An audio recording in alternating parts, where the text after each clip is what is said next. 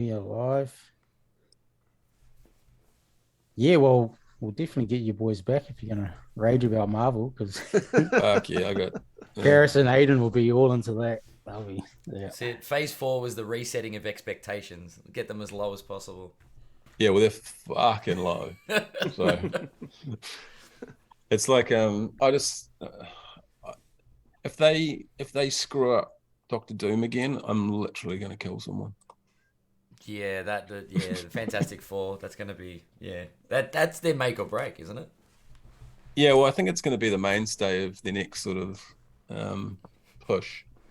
I mean, because they're running out of groups characters that people really know. Yeah. And Fantastic Four is one of the OG. They're bringing Namor into Black Panther and all this sort of stuff. So they're kind of Well, scraping you the. got rid of Cap and Iron Man simultaneously. Like that was big. You getting rid of Mm, one, sure, but I yeah, think it getting was. rid of both, you sort of lose your flagship in a way.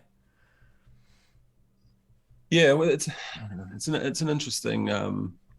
interesting move, and some of the titles I think they're bringing out, I just don't know what the interest levels are going to be. Yeah. You know, Thunderbolts, really? I don't know. The Marvels, really? Yeah, the Marvels I was shocked at. I was very Yeah. shocked at. I'm just really hoping they do DC does Black Adam well, Yeah. because they kind of need a bit of a bump. I mean, the They DC need universe something. is just Yeah. as annoying, to be honest. The only thing that saves DC is the animation. Yeah, they've got an animated platform. Yeah, that's true. They pump out pretty good stuff on the animation side. Yeah. I think But Marvel getting Disney Plus stuff, like just having to pump out TV content, put a mm, lot of pressure on them. And I think they're starting to manufacture stuff rather than take time and create good storylines. well, I think they're also definitely figured it out because they're bringing back Daredevil and they're trying to bring back Punisher and Yep. all the stuff that the fans really loved to Nostalgia try and sells. yeah, well, and I think they were quite beloved TV shows, Yep. like well, especially Daredevil sort of 1 and 2 was really good and Punisher's great. I love John Bernthal and I think there's probably a bigger market for that than the Marvels Mm. to be honest. Yeah, it's Everyone that takeaway of the She-Hulk trailer, everyone was just like super hyped when Daredevil appeared, like right at the end, like fuck She-Hulk, yeah, we, that's we it. want that. It's all about cameos. It's Yeah, yeah, I don't know. I feel like they're really trying to. It's become political where they're trying to really market to different audiences and try and grab more market share and drive political narratives. So I but I don't like think that political narratives in my yeah, I just want fantasy. good characters and good storylines, Correct. and I think they're trying way too hard to force characters that don't really have a massive fan base down people's throats to give them that fan base, and it's just not there. Yeah. I mean they hit us with the Guardians, which was and everybody loved it the first time round. Mm. They're like, but nobody knows the Guardians. It's like, well, you can't keep repeating the same thing expecting that reaction. Yeah, You've got to yeah, create exactly. like a good movie and good content before you can. It's Yeah, so yeah, I mean, hopes are not high yeah, for that, to be honest. yeah. So The Eternals is where I started to really fall away and went. I mean, I Mm. love Summer Hayek and stuff, but even there, I was like, I don't think I can do this. I just didn't feel like I was in the MCU, and that was bad. No, it's just fucking weak. So what's up with the X-Men stuff? So they can't use new cast members until 2025, was that right? Yeah, Mm. Aiden I was think mentioning something, yeah. mm, Oh, I didn't know that. Why is that? part of the deal with the rights, I think. Yeah. Yeah, Mm. What's the other company? There's another company involved, isn't there? Um, Something. Fox had the rights for X-Men originally, and then Sony's got Spider-Man. Just a massive, It's weird. it's Universal's a still got mess. like dibs on the Hulk as well, and there's Like they couldn't even use the word mutants, that's Oh, so because true. stupid. yeah, yeah. Wow. So it's it's a lot of sort of pissing contest or whatever. But I'm waiting for Russell to fall asleep right now. I just don't want to. I just don't like the fact that there's like three versions of the Joker and stuff on the DC. Like all these pocket universes of stuff, and Maybe that works for DC though. Maybe one shot stories is the only stability they can get is instability. Yeah, when they said they were going to maybe put Lady Gaga in the next Joker with Joaquin Phoenix, I was just like, what the Yeah. fuck is going on here? Yeah, exactly right. It's like they had one good thing. They had one thing, and they just like, Let's ruin it. Let's bleed it dry and ruin it. let's put everyone off it. Why not? All right, should we get on to cards and shit? Yeah. Yeah. It's supposed to be better. We'll get like eh? about 3 hours in and they go, so then basketball cards. Russell's asleep. I'm like, where's he gone? Yeah. No, thanks, guys, for coming to joining the chat. Like, yeah, Adam and Russell from You Can't Comp This podcast. Yeah, thanks for jumping on. Thank you for having us. Yeah, We're honoured, honestly. Yeah, this is a lot of fun. Yeah, these are always really good. The guests love it coming on here, just yarning cards and talking hoops and a bit of pop culture as we were just then. So Yeah, perfect. yeah, thanks for coming on, guys. So yeah, in NZ, there's not too much content here. I mean, this is pretty much it, Parris? There's not many other guys talking cards and putting it up on YouTube or doing a podcast or doing Facebook lives like this. So. We'd talked about it a bit in the NBA group, but I think there was a bit of a push a little while ago for some sort of podcast interviews type things, but I think the sheer scale of the doing it puts a lot of people off, where I think the reason why we've only done like 6 or 7 or whatever, but it's not a drag, because we're pretty sporadic, pretty chill and super unprofessional, so it actually works with the rest of life. That's how podcasting is set up, though, isn't it? It's that platform where you go, we want to be out in the media, but we want to be amateur about it. Let's just jump on and do it ourselves. We want to retain our cool relaxed vibe. It's a bit more informal and it's very accessible too these days. Like, really, if you think about setting up a podcast, the actual initial outlay is, you could do it for less than $50 if you really wanted to. So it does make it accessible for a lot more people. And there's so many shows out there actually at the moment too, that if there's some small niche topic that you do want to investigate or deep dive into, if you did, a 10-minute search, you'd be able to come up with something. Yeah, true. True. Yeah, so it's just getting on there, and talking about it. So, and having a bit of fun. It's like why not? This is shit we'd talk about in real life anyway. If meeting at the pub and having a beer or whatever, and correct. Yeah, you might as well just chuck it online and get other people to come and chat about it. So, the more I actually really like true crime podcasts, and one I'm listening to at the moment is actually a New Zealander gentleman. It's called The Fallon Show. His name is David Obeda. Have you guys heard of him? No. Nope. Yeah, I actually worked with someone with the surname Obeda, so I might. Anyway, he's a really interesting guy, and he basically just interviews like felons, basically, and ex-felons. Yeah. And I think his sort of perspective is getting tips. I think actually he's the opposite. Building up the master plan. That's it. No, well, actually, he's reformed now. So he's done his time. He's been actually deported back to New Zealand, but now he's found Jesus, and he's all about basically getting his life back on track. Perfect alibi, really. He's so smart. Wow. Yeah, there'd be stories. there'd be some cool stories for sure. The perfect crime. Yeah, just another world like that he's sort of lived in, basically. Like it's just unbelievable. Sorry, I totally segued you there. I was going to say we do have a habit on our show of segueing a lot. Russell's got a taste for it, and he can't stop now. You'll fit right in. It's great. We're full of tangents and stuff. Yeah. Oh, this is great. Yes, no worries. Cards, guys.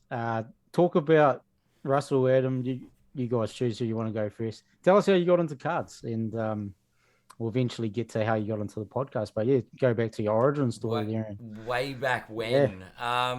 I'll take this one. Basically, when I'm trying to remember, I was around about 11 or 12 years old. A sort of sports cards became a thing, and I used to collect footy cards when I was at primary school, but as I ventured into the early days of high school, we moved from footy cards to basketball, and that's at the top, like early 90s. We're talking up the 92, 93 Upper Deck set, like the iconic card, but none of the kids at school knew where to get Jordan cards from, and I knew where the locals, like where the sports card store was in the city. So I would go in and I would buy out as many Jordans as I could. generally from 50 cents to $1. And I would take them to school and I'll sell them for $2 to $5 each. Early in the flipping game. And I was like in year Well, I think 7 we've or 8. found patient zero. It's like this, And Upper Deck helped because they just kept printing cards. It was fantastic. Yeah. Yeah. Well, you printed money. Yeah, so, I mean, it was like, oh, this is easy. Good bankroll. Yeah, and then I suppose it became a little bit more serious after the 90s. Or late 90s is when I jumped back into the hobby. A young gentleman by the name of Kobe Bryant was playing basketball and had me hooked back on the game. So I collect Kobe. I have done for a very long time. And yeah, sort of been in and out over the years, but have always I've been a hardcore Lakers fan since, before I collected basketball cards. So. Right, in the stream. Yeah, I was going to say I'm going to get in trouble now. I've seen who everybody goes for. We're in trouble. Oh, we seem to have lost. Oops, we're going through a tunnel. We're in an elevator. Whoops. He's experiencing massive difficulties. Look. I'm experiencing difficulties. We've got Russell Westbrook on our team, so leave me alone. Fair enough. Russell's not going to talk about Westbrook tonight, is he? No, he's still banned. Good. Yeah. Still banned.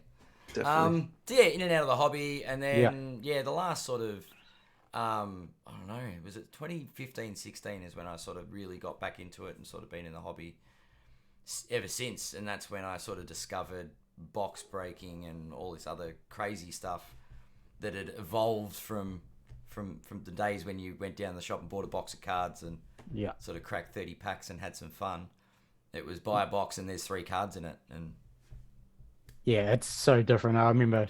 Yeah, I come back into 2018ish and jersey cards. What the hell? They're like, there's a bit of the jersey. Autos? This is awesome. Yeah, it's just mind blowing stuff. Yeah, it was definitely it was a completely different world, but it was different but the same.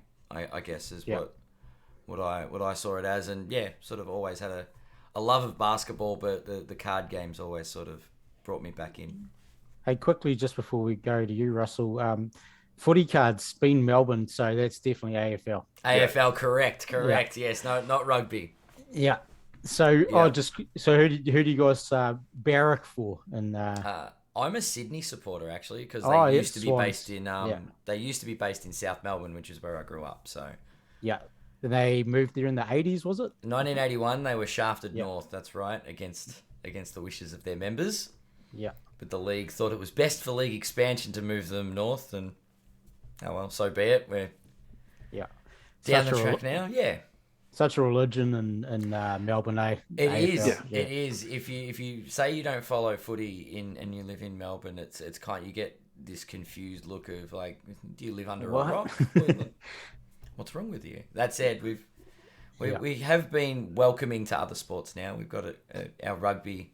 The Storm have been around for a while now, and we're even playing some European football or soccer. Yeah. Nice. Your turn, Russ. I don't like football at all, actually. So I'm the complete anti-Melburnian person. Yeah. But going back to the basketball card collecting thing, I've actually been asked this question a few times now. So I've had sort of a little bit to think about it, and I wonder actually at the heart of this question is, you either collect or you don't collect. And I think in our family, we have sort of, a very strong sort of stream of people collecting, bits and pieces, or like in my grandpa's case, he used to go to op shops and, pick out of those. So wow.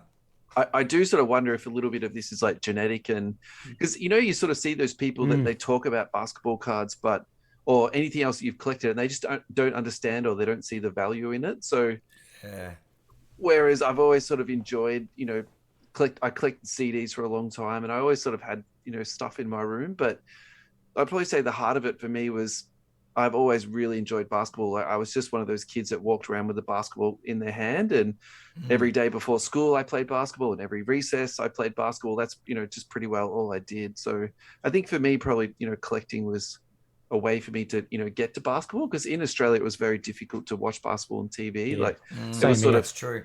One sort of, delayed replay game that was on a week or something like that. And then, sort of my earliest memories of, basketball cards though is, there was a little local market down near my place, and there was a kid that sold cards there. He sold like sealed packets, for $2 a packet, and he sold singles there too. And he would often trade with you. So if you opened a pack and you got like a really good card out of it, he would give you, 10 packets for it, or 6 packets. Wow.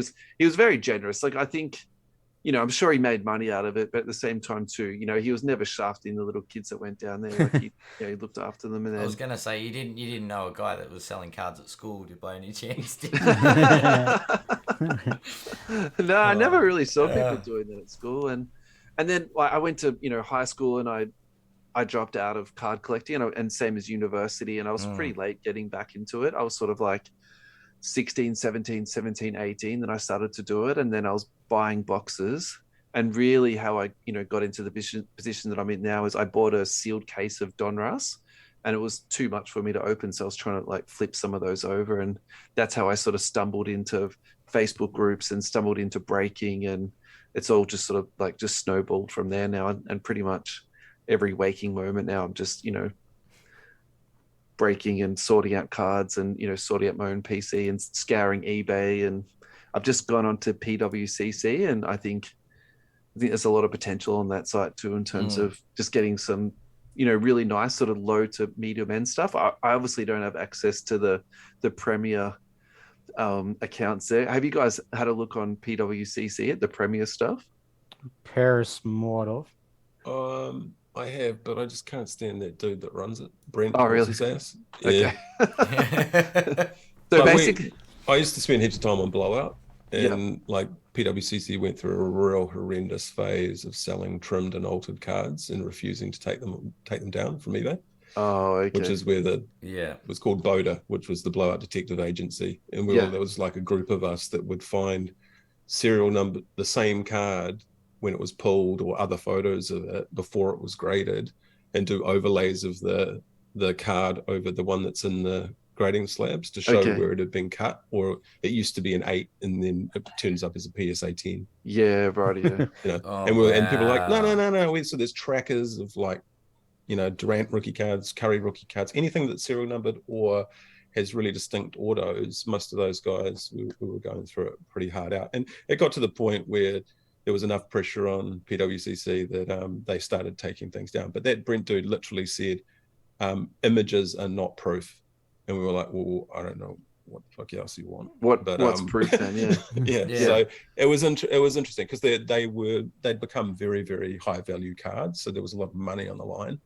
But I mean, the thing is, if you're turning an 8 to a 10 and someone's getting ripped off somewhere, so I don't know. I think I'm probably, I don't know if I necessarily get over that, but it's fine. It's just kind of scummy, Yeah. But I think you're right. Just to go back to what you're saying before around the collecting's kind of in the veins and all that. So my dad was actually an antique dealer. So he got me. We were always around. We had really nice things, but multiples of them. So it was like collections. Yeah. So I think I always sort of found value in having an array of things. That are kind of the same. So that sort of got me into collecting in general. Cards is one of it, but even other stuff like I collect watches and like effects pedals for guitars and just all kinds of stuff. But I very rarely just have one of something. Yeah. Just kind of not just settle on one. There's always sort of, oh, what else is out there? It's like it's very similar to this one, but I kind of need it. So I don't know where that part comes from. Yeah, mine was pretty much the same as Russell too. Like that lack of NBA content back in the day. Like shit, I just want to get any piece of NBA stuff I can get. And cards were the most easy because you could read the stats on the back. And that's true. Drafted 7th, and you could, because I'm a real stats nerd. When it comes to NBA, I'm just NBA geek. So getting into the cards back in the day was. That was all the information you had. So it was. So you looked at it. You actually looked at it. Yeah, you read the back. It's crazy. These days people are like, "Well, you read the back." Did you get that? And go, doesn't NBA belong to daily any player specifically, jersey or something or other, and then they're just like. Did you get that NBA Daily newspaper that was sort of around in like the 90s and 2000s? It was a weekly newspaper and it had all the box scores in it. Did I not think see I do that. remember here. that. Yeah, Yeah. because I was getting slams and all that sort of stuff sent over Yeah, from slams America were in here. that time. Yeah. Yeah. That was a really good deal when you got the slam sent out I'd- too. It was like $10 a year. It was Yeah, like it was cheap as shit. Yeah. Yeah, it was awesome. Wow. that was really good. I used to buy the Beckett. Beckett So guide, that came yeah. out monthly. I get the new Beckett every month. There was another price guide that came out that just didn't have as much information, but it was for box scores. It was always the newspaper, sports section of the Yeah. newspaper. Scrolling through. Actually, yeah, they were in the Herald Sun too. The Herald weren't they? Sun, Yeah. the back, Yeah. you'd be looking up in the Yeah. minor sports, and you'd go, Yeah. oh, NBA scores from that's the true. previous day. Yeah. Yeah, it's 'Cause good it enough for was all me. in I print. just need to know. I had a friend that had cable effectively before most people had access to it. So we had access to ESPN like once a week. Oof. Yeah, it was. We'd Yeah, go going around. around his place. Kings of the yeah. castle. Well, funnily enough, he's now a Celtics fan. And Lakers, yeah. But that was it. He was obsessed with Larry Bird, and I wanted to be the next Magic Johnson, and it was all of us until we got to high school, and it was like, haha, your player's HIV positive. I'm like, okay, well. I actually got a letter published into Beckett, Oh, nice. the magazine. Yeah, actually, I had the original copy of it, but I don't know what happened to it. And then I was talking to the Pippin collector, Slobby the Great, Australian dude who had a real amazing Pippin collection, and he remembered it because it was about a Pippin card. Yeah. And so he actually had the magazine and scanned it wow. and sent it to me. Like Wow. literally scanned it, not even a photo. And it was like back then. Wow. It's kind of cool. Because I'd got I've still got it, like a 96, 97 autographics, but it's black.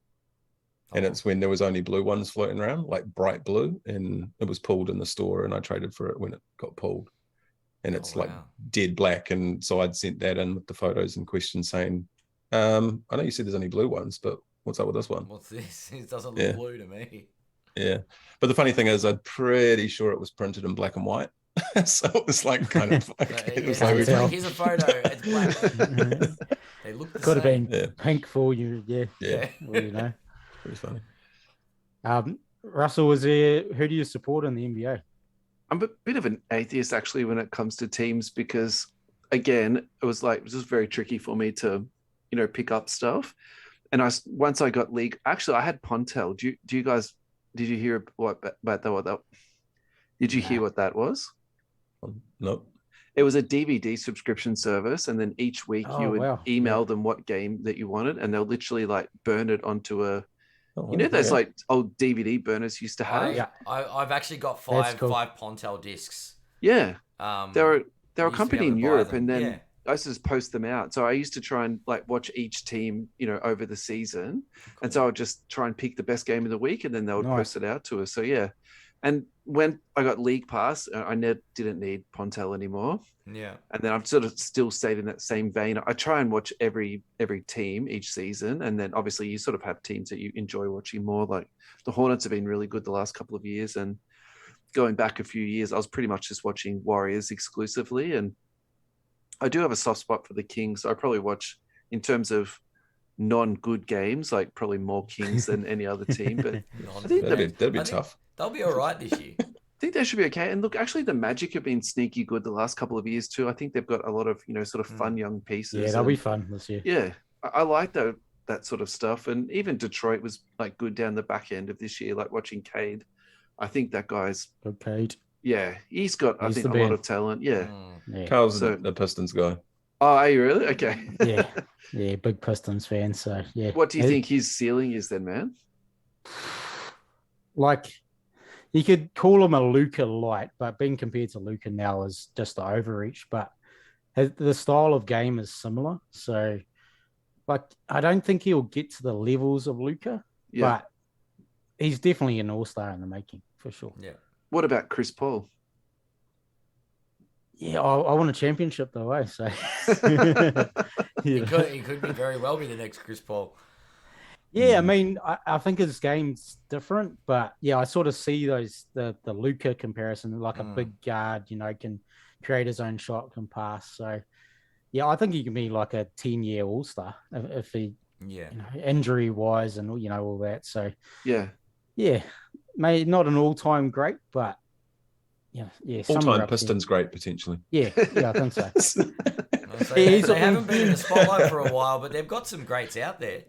Yeah. Oh yeah. Yes. Like I became a Piston. Like at the end of when I was a kid, I was like that. I never had a team. I was like, I sort of liked a bit of the Miami Heat. I liked a bit of the Bulls, Hornets. I just liked watching basketball. And I was like, oh man, I got to choose a team. And then it was actually I picked the Pistons and Grant Hill got traded. So like 98, 99 sort of thing. Yeah. And then what we left with Terry Mills and Chucky Atkins we traded for and God.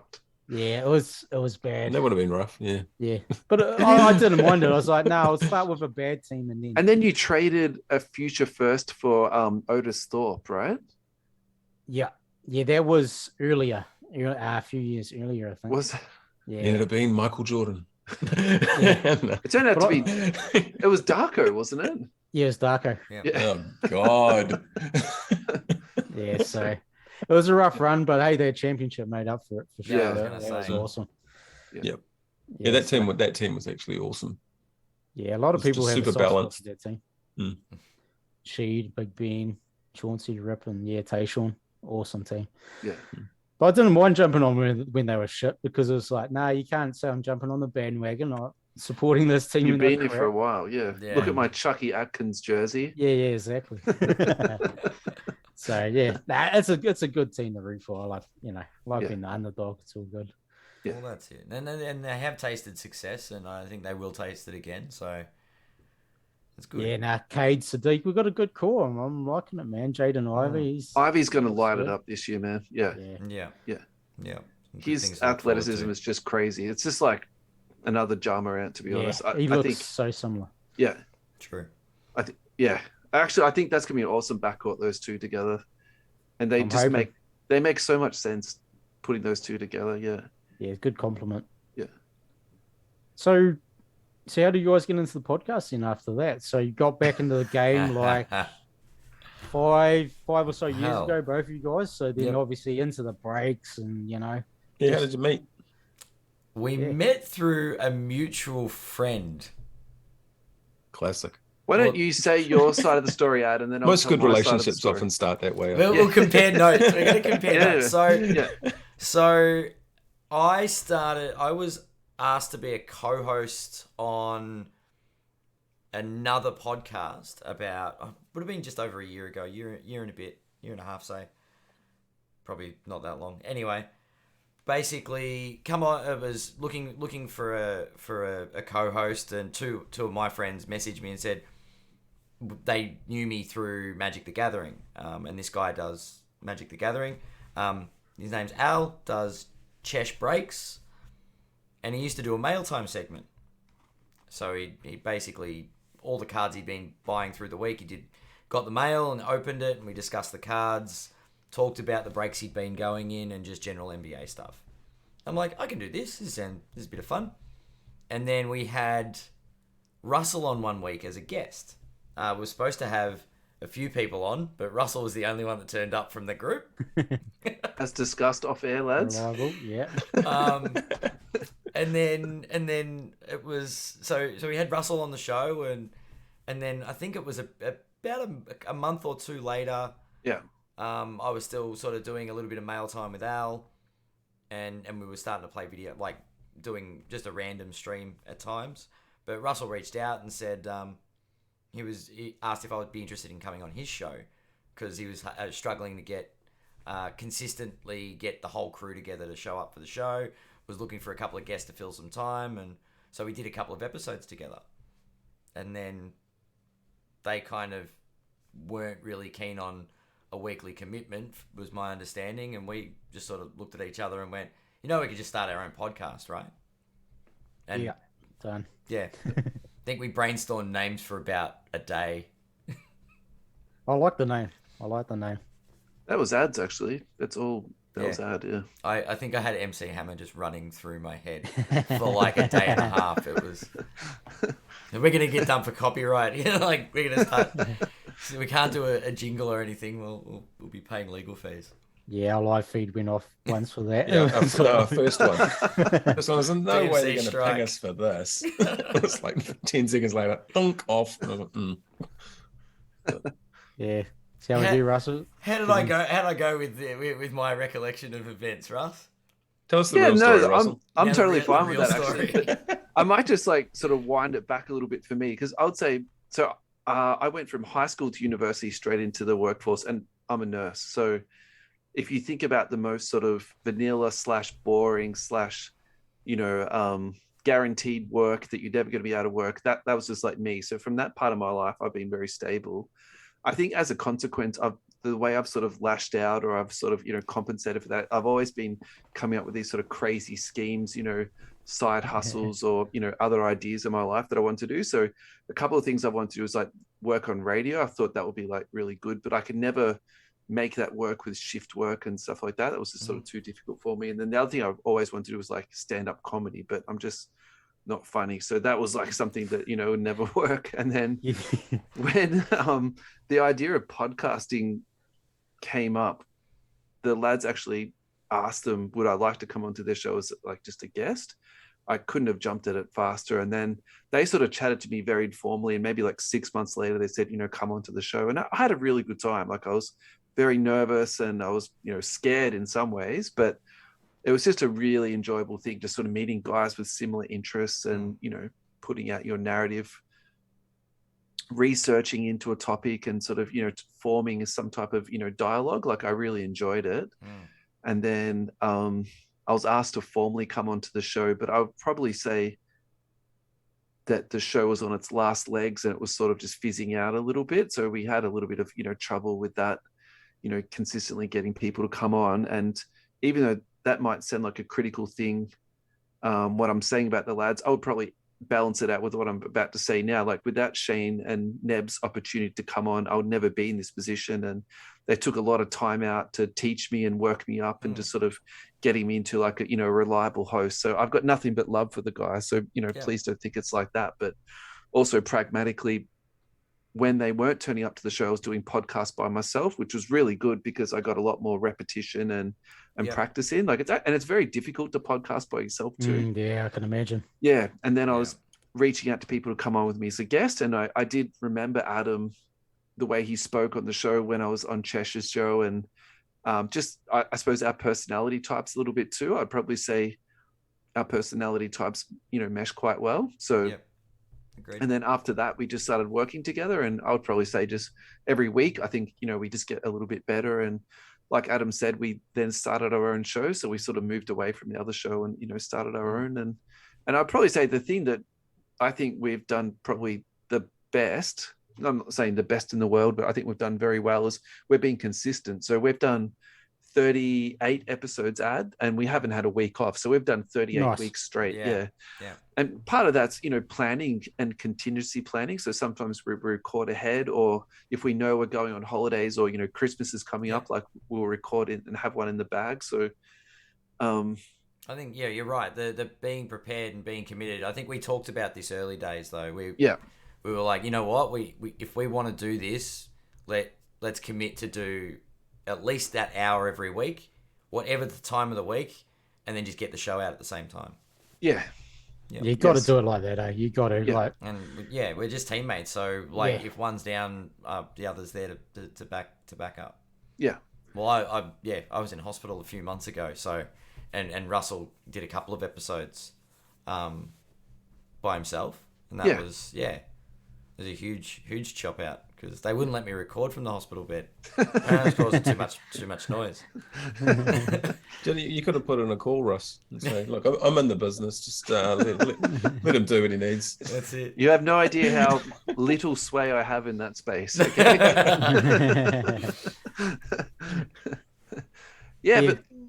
But that's us. And I'd probably say, just to go on what you're saying then, Carl, actually we spend very little time editing. So a lot of the time that we put into it is actually more about the preparation time and the actual delivery than, like social media. Preparation. I'm not very good at preparation. Yeah. Like we don't do a lot of socials or anything like that either. Like, we are amateurs and, this is not our full-time job or, anything near it. So that's it's at the end of the day, you're having fun. You're talking about stuff that you like. Like in real life. It'd be different if you're coming on here talking. I don't know, whatever. Something professional and like, Yeah. oh yes, we're Yeah. We're not claiming definitely. to be experts about anything. We're hobby enthusiasts. I think we do have a caveat on the show when we talk about decisions with investments into cards. It's like, do your own research, make Not your own financial decisions. Advice. This is not. We're not card investors that are telling you where to. I think that's the way to do it. I mean, I think some of the best conversations that I've had on this in general, is when I've been completely wrong about stuff. Yeah.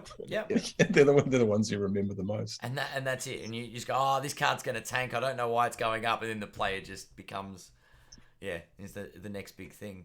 That was me with Jason Tatum 6 months ago, to be fair. I was like, I don't understand why you guys are paying these dollars for Jason Tatum, And all of Where can I get some Tatums? Yeah. And I think too, like, you guys obviously have a passion for it, and that comes across in the podcast. Like that natural flow of just talking, like sometimes being too prepared and stuff is actually bad for the podcast because you just want to. It feels forced. Reel it off. Yeah. Yep. So like that comes across, and you guys have, slightly different personality, and it's good, and it makes it vibe really well. So it's been good. See, I've only recently listened to you guys because I always look for card content, right? House of Jordans used to be like a go-to. Wax Museum podcast is like the number one for me when you want to listen about NBA cards. So the Talking Cardboard guys, that died off somewhere along the line for me, and I was like, oh, that's a shame because like I like going to Aussie because that's the closest we can get to New Zealand as a point of perspective. We're just about cousins, really, aren't we? Just about, the Cuzzy Bros across the ditch, and that's it. So and then when I saw you guys on Twitter, I was like, sweet, finally, like something close that I can listen to and have a sort of similar comparison to the market and hobby here. So in general, how is the Aussie NBA card scene? Like, I know it's big because basketball is big in Aussie, and it's getting bigger and bigger here too. So just what's it like at the moment, and since COVID especially too, what's just a general rundown on how things are in the scene over there? Well, I guess COVID impacted the world market.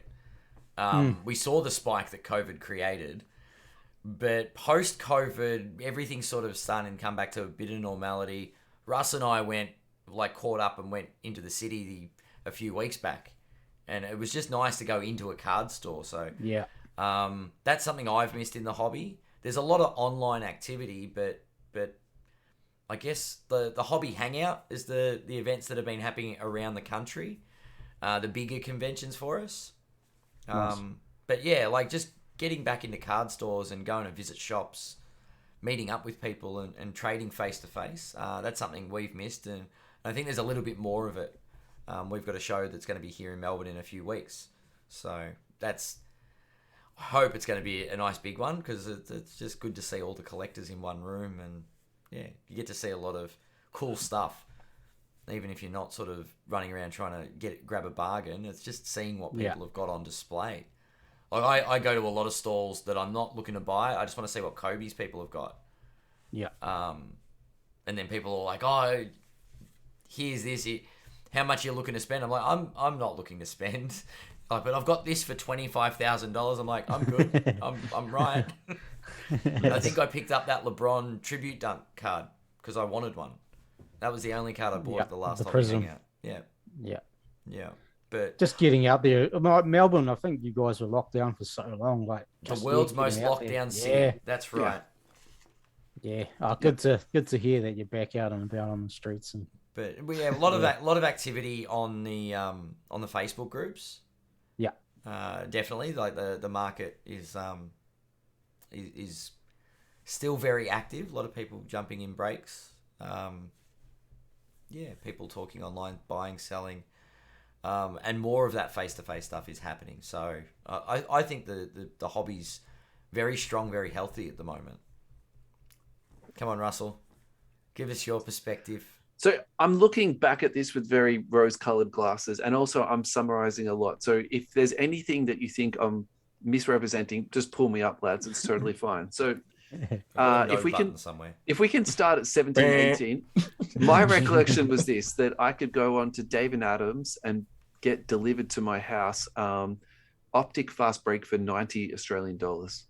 Okay. So I didn't really need breaks and breakers. I could, in my mind, I could do that once a week or once a fortnight, and that was okay. Do you know what I mean? Yeah.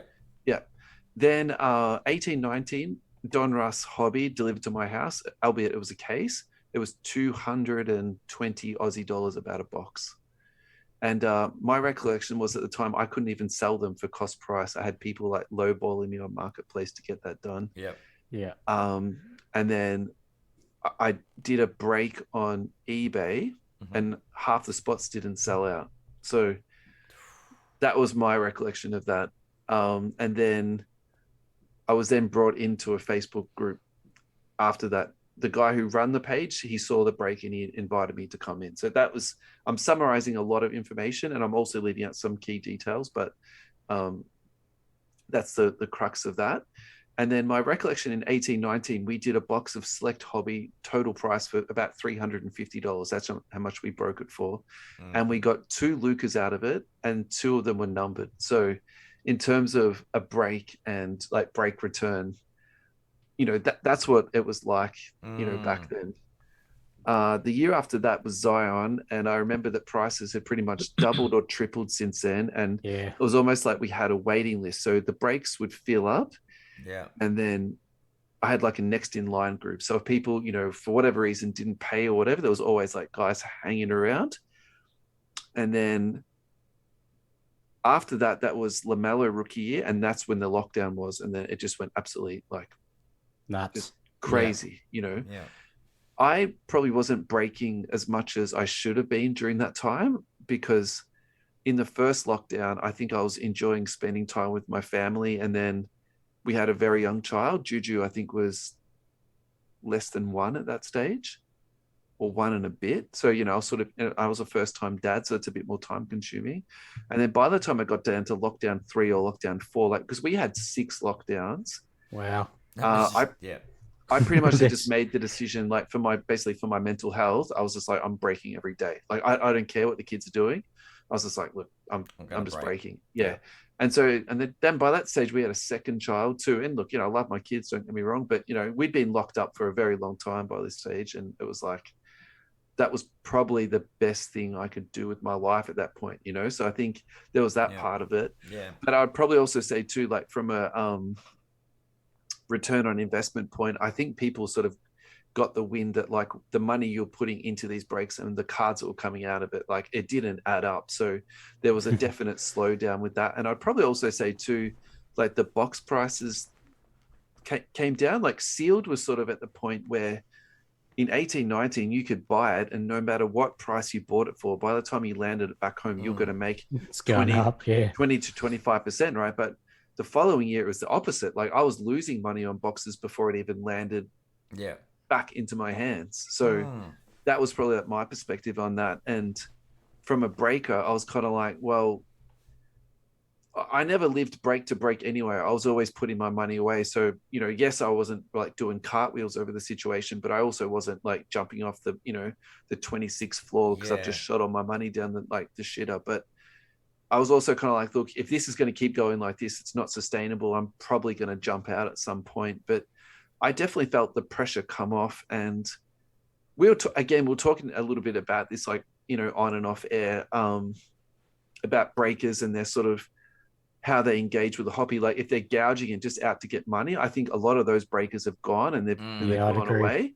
And then a lot of the breakers that were, you know, building up communities and doing things a little bit differently and, you know, having good rapport with their customers and keeping prices right, if you want to use that fair word, or I guess, another word is fair. You could also use that. You know, I think those breakers have stayed. And to be honest, I think this year they've done really, really well, because I think that box prices have been, it's still very high, don't get me wrong. But for example, Origins this year was excellently priced. I think Prism Hobby this year I probably think it's going to come down a little bit more, but even after release date, it wasn't outrageous. Yeah. And in terms of, fill times, this year I've been filling breaks a lot quicker than the last, 12 to sort of 14 months. So from my end, I think the hobby's in a really good spot at the moment. I think prices have stabilized. I think the people who are in it are probably, they understand the hobby a little bit more. I think they're sort of, 12 months more experienced and can probably pick their spots a little bit more. And then from my personal point of view, in terms of like me building my own PC and buying and selling, I think buying is really where it's at the moment. I think there's a lot of really good value to be had, particularly with singles. And then in auctions, I think you can do really well too. So I was just talking about PWCC before, and I think maybe the reason why that does pretty well is because it's not as easy to log into as, say, eBay to get into. And I was about to make the joke about the Premier auction. So I think the minimum you need for that is about 200K to get into it. And unfortunately, my credit card doesn't allow for such things. But, the weekly stuff, I think, and we can talk about this a little bit more if you want to, about grading companies and also picking up fakes, because that's kind of my current obsession at the moment is that. But my personal feeling at the moment is it's a good time to buy. To summarize, I'd agree. I think it's a buyer's market. We've also gone, because it's an interesting time that you mentioned, because I took the beginning of COVID's spike, that 1920 releases. I was out for a little bit. I was like, you know what, I'm going to take a break from cards. I think I'm buying way too much. I need to slow down. I think after 1819, the last thing I bought was a few boxes of Prism, the first Prism retail release, and I think it was 1819. So I had a couple of Lucas. Luca, yeah. But I was getting those for. So, would have been so cheap. It was $70 or $80 a box. Like it was bugger all. Like I think it was $60 a box. I bought 5 boxes for $300. But you need to tell them too that you own like a hobby store. So I got them at wholesale price with employee discount. So rather than the actual, it's a slightly artificial pricing. But no, well the retail. Don't let the truth get in the way of the story. People were selling them for on at that time. They were selling them for $80-$90. Yeah, that's how much a box was, because you could buy heaps of it. Because the distributor wasn't out of stock completely all the time and there was no wait list. I disappeared for 18 months from the hobby. All of a sudden, and the thing with breakers, I don't know if you noticed this, Russ, because of the timing, but when I was buying in 15-16 and 16-17, the amount of money I would pay for a case break is what I was now paying for a box break. Yeah. So I was actually, it was like, I'm going to spend $120 on a spot because it's a case break. But it was like, it's a case of Select, a case of Prism, a case of, that doesn't happen anymore. Man, I would have 10 spots at that price. Do you know what I mean? It'd be delicious. Yeah. You know what I mean? But like the amount that you would pay for an NT box break, I was paying for an NT case break. Yeah. I think I didn't believe the prices when I came back. Do you guys, how big an impact do you think Jar and Zion made before that launch, even like to make the hobby bigger from COVID and the lockdown? But that jump from Jar and Zion, that hype around that draft class, started that push, I think, before. Well, people started putting boxes away, didn't they? Yeah. And that's, people were buying boxes to invest because Zion was the next LeBron, right? Yeah. He built like a tank. Yeah, we'd seen like 4 years of high school footage and him dunking in gyms and stuff.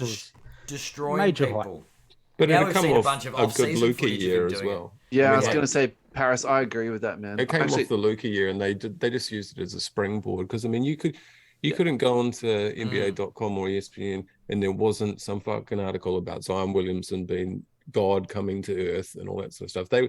They were banking on, because there'd been that crossover, with Bird and Magic to Jordan to Kobe. Kobe and Bron at the same time, but there wasn't that next guy after Bron, and they were really, the league was looking for that sort of next person.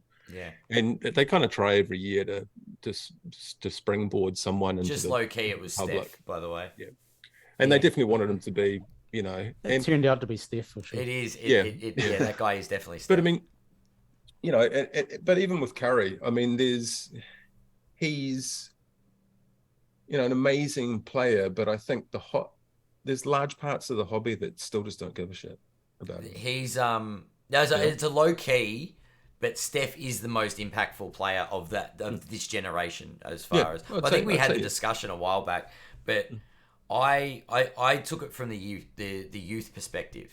So I used to, part of my history, and I didn't mention it earlier, is I used to had a little stand at the local basketball stadium, and I would just sell cards, flip cards, and it was just base cards for kids because I wanted that kid, like the young kids, the kids that are 8 years old to 15 years old, to have that same experience that I did as a child, and opening packs, or do you know what I mean? Getting their favorite player. And the sheer amount of young children that their parents were complaining about the fact that the kid is 8 years old and keeps trying to jack up threes. And it's what player do you want? Steph Curry. It's gone to everyone. I'm like, can I just have as many hoops-based Steph Currys as I can get my hands on, because I want to give them out to these kids, because that's the only player they want. And it was just, it's profound the impact he's had, but you're right, he's not that showy player. He's not that standout superstar. He's just this low-key kid that loves playing the game. He's got no edge. I mean, that's sort of the thing. It's that big a smile. Good guy, nice, reliable. Yep. He's kind of the player you'd want your kids to follow. But from a mature hobby sort of thing, it's just there's no X factor. I think with him, there's no killer instinct on court, in him. incredible. But there's nothing that makes me go, I care. It's like, well, whatever. He's not like, because Kobe, when he took over from Jordan, it was that killer instinct, right? Yeah. And LeBron's been criticized about it, not having that he's got the game, but he doesn't have the killer instinct. Like Jordan would go out and destroy you. Kobe would come out and destroy you. LeBron would come out and beat you. Yeah. So just trying to tie that into hobby value. So Parris, do you think that if he had more of an edge, his rookie stuff would go for higher? Because I just don't know how much of a. I'm recalling, didn't some of his stuff recently sell for over $1 million? Yeah, I guess I don't know. It's tough because he does get good prices. There's, I think he's got a solid fan base, but he hasn't been a unifier as much. I don't know. Yeah, I know. I take your meaning.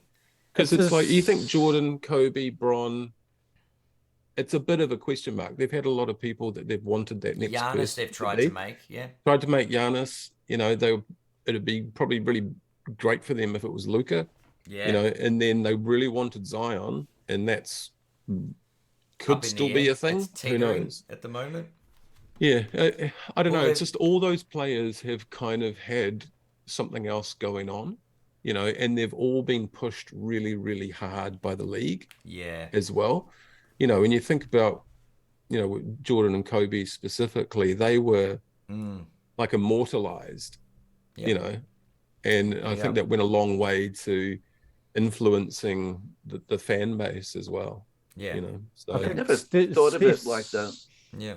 Sorry, Russ. Carl. No, after you, mate. I was going to say Steph's pathway to greatness was a lot different too, like drafted 7th, had injuries, small school. Davison, and he wasn't a superstar until 6 years into his career. He's literally this humble hero. Yes, and also in the card scene too, like that time when Panini took over is when he got drafted. So the demise of Upper Deck and Tops in basketball was, to a lot of people's dismay. It's like a dark age for cards. Yeah, I totally missed it, but just going back and listening to guys that were around, and Parris, you could probably speak on that a bit too. Their rookie cards and stuff are not in proper uniform, and it was a strange time, I suppose. Well, I guess a lot of those players like Kobe and Bron, and they had a lot of really iconic cards too. And I think they had that, the sort of Upper Deck, all that sort of stuff as well. And everyone romanticizes that a lot more now from a hobby perspective. And I think what you've seen in regards to stuff that people find really iconic with Panini is very limited.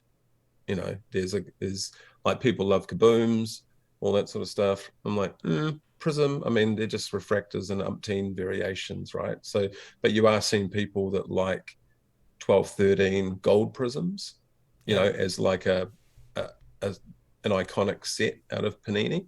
And probably the sneakers and kabooms, probably, the sort of standout ones where you can pick a plethora of standout sets from the part before it. So I think there is a bit of romanticizing from maybe the older collectors that are sort of looking. Do you think the next back. generation will feel differently about that? If they can get in, yeah. that's kind of the thing. It's like most of those cards will be unattainable for a lot of people, right? Because that happened in that boom crazy time as well. So I don't know. I mean, I've long thought, like, when I got into collecting, and we'd go down to like the local card stores, and basically the parents would drop us off there pretty much all freaking day, and we'd just watch games on tape, bust a few packs, talk shit, play PlayStation 1 or whatever the hell it would have been back then, and Master System. we just hung out, and probably NBA like Live 95, Commodore 64. We just wait half an hour to boot up a game and give it a nudge. But it was like that.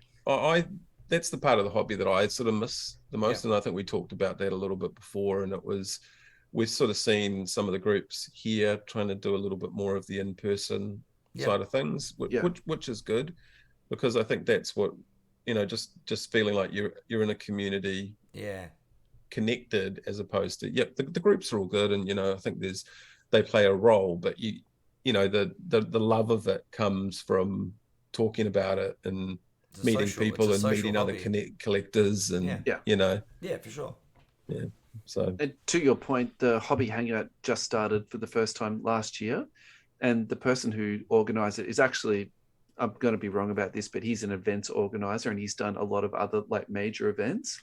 Okay. And I would say the reason why it's been so successful is people like basketball cards, but just to what you exactly just said then, like the experience is much, much better in person. And I can't say to you just how well they've been received. Like, I think everyone's sold out so far. So it's a really good, the social aspect is such a unique thing in this hobby, I guess. Like, not unique as in seeing people in a room, but it's unusual to be able to get so many people. Like, we saw what happened. The National was this past weekend. Like, in the back of my mind, I'm like, that's somewhere I would love to go. Like, to see all those collectors in that one room. Have you lads been to a National overseas? No, but we've got like Mike's there at the moment. I think the Jesh is there. I think there's like all the Cherry guys are there. So I mean, it's good to see at least some people from this part of the world making a trip over, which is kind of cool. Sorry, Ed, I interrupted. No, that's all right. Like, but it's that convention feel. That's what the hobby hangout is to us. And I'd be scared I'd spend too much money.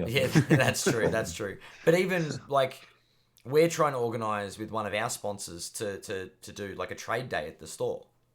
Like, just to get people into the same space. But to be fair, Ad, I've done nothing about this. Just to put the word out there, it's nothing to do with them not doing anything. It's us. I've done nothing. All right. Well, we'll organize a date and say, man in the mirror stuff. We're going down. But, like, I've got another friend that used to organize. Like, he's got a breaking group, and he every now and then just organizes a day. And what we do, we all meet up down at the local high school, and we play basketball, have a barbecue, and then we do some breaks and trades. Cool. And it used to get 30, 40 people. It was great. And obviously with COVID and things, it became difficult. But it was such a memorable day. You just rock up, and there'd just be pickup games of basketball. Like, 2 people would jump out, go on they're tired. 2 people would just jump in. Who's on whose team? Don't care. Let's just shoot hoops. And then sit down, have a couple of drinks, have a barbecue, order some pizza, whatever, and then we go, all right, get your cards out, let's go. And it's Nice. just a group of guys that you'd never meet in any other circumstance. It's like that It's real not one of the nostalgia, first eh? things you say when you meet someone either, eh? Yeah. You know, it's Collect cards. Yeah. hey, Yeah. just by chance, Do do you you collect happen to cards? collect basketball cards? Yep. Or even Magic the Gathering? Oh, that's it. You're Yeah, well. or Or whatever. You know? Pokemon these days. That's where the wave started, isn't it? Pokemon Yeah. cards being bought out everywhere. Yeah, big necklace. Get one of those. Logan Paul style. Logan Paul. Oh, G.I. Joe cards. Come on, get on it. Hey, I saw just on a real tangent there, some guy opened a box of I think I've Austin seen- Powers. The Austin Powers Yeah. prison box. I know, Like- that was quite heartbreaking. oh man, poor Oh. dude, eh? It was They like, should have doubled down and put G.I. Joe into that box, I think. Like, Yeah. why? You Yeah. look fucking devoed, eh? That would actually be quite upsetting. You to save be your fair. money up. You buy a box of Yeah. buy a box of Prism. What year? It was like 2013 or something. yeah, it's the Yeah. original, Prism. Oh, That's why I was wow. so He'd been trying to sought fill it after, for like yeah. 3 months because it was quite And then expensive. got it. Yeah, Opens the box. Yeah. yeah. Austin Powers, unless you got what Yeah, baby. Beyonce 101 in there or something. Yeah, hope Jay-Z buys Oh. it for like $1 million. Far Yeah. out. No, it's I guess that's the darker side of the hobby.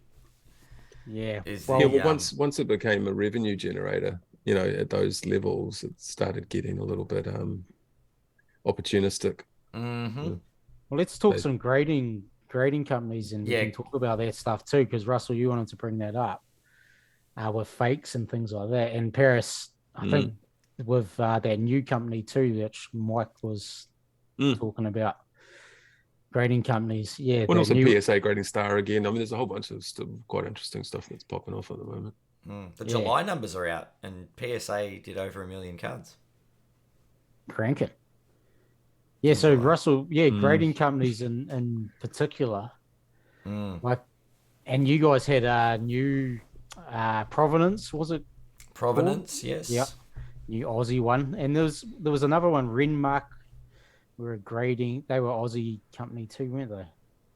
I've never heard of Raidmark, actually. So is that maybe that's a watch company that the I'm not going to even start. Yeah. Oh, Is that too Parris, soon? you might Too soon, Poached? No? Okay. know. So, Well, anyway, So- yeah. What's on your mind about grading? yeah, so companies where anyway? I'm sitting at the moment is Who are we trashing? no, I'm definitely not trashing. I'm more just. I'm more We're just not the about card porn podcast. With... Oh.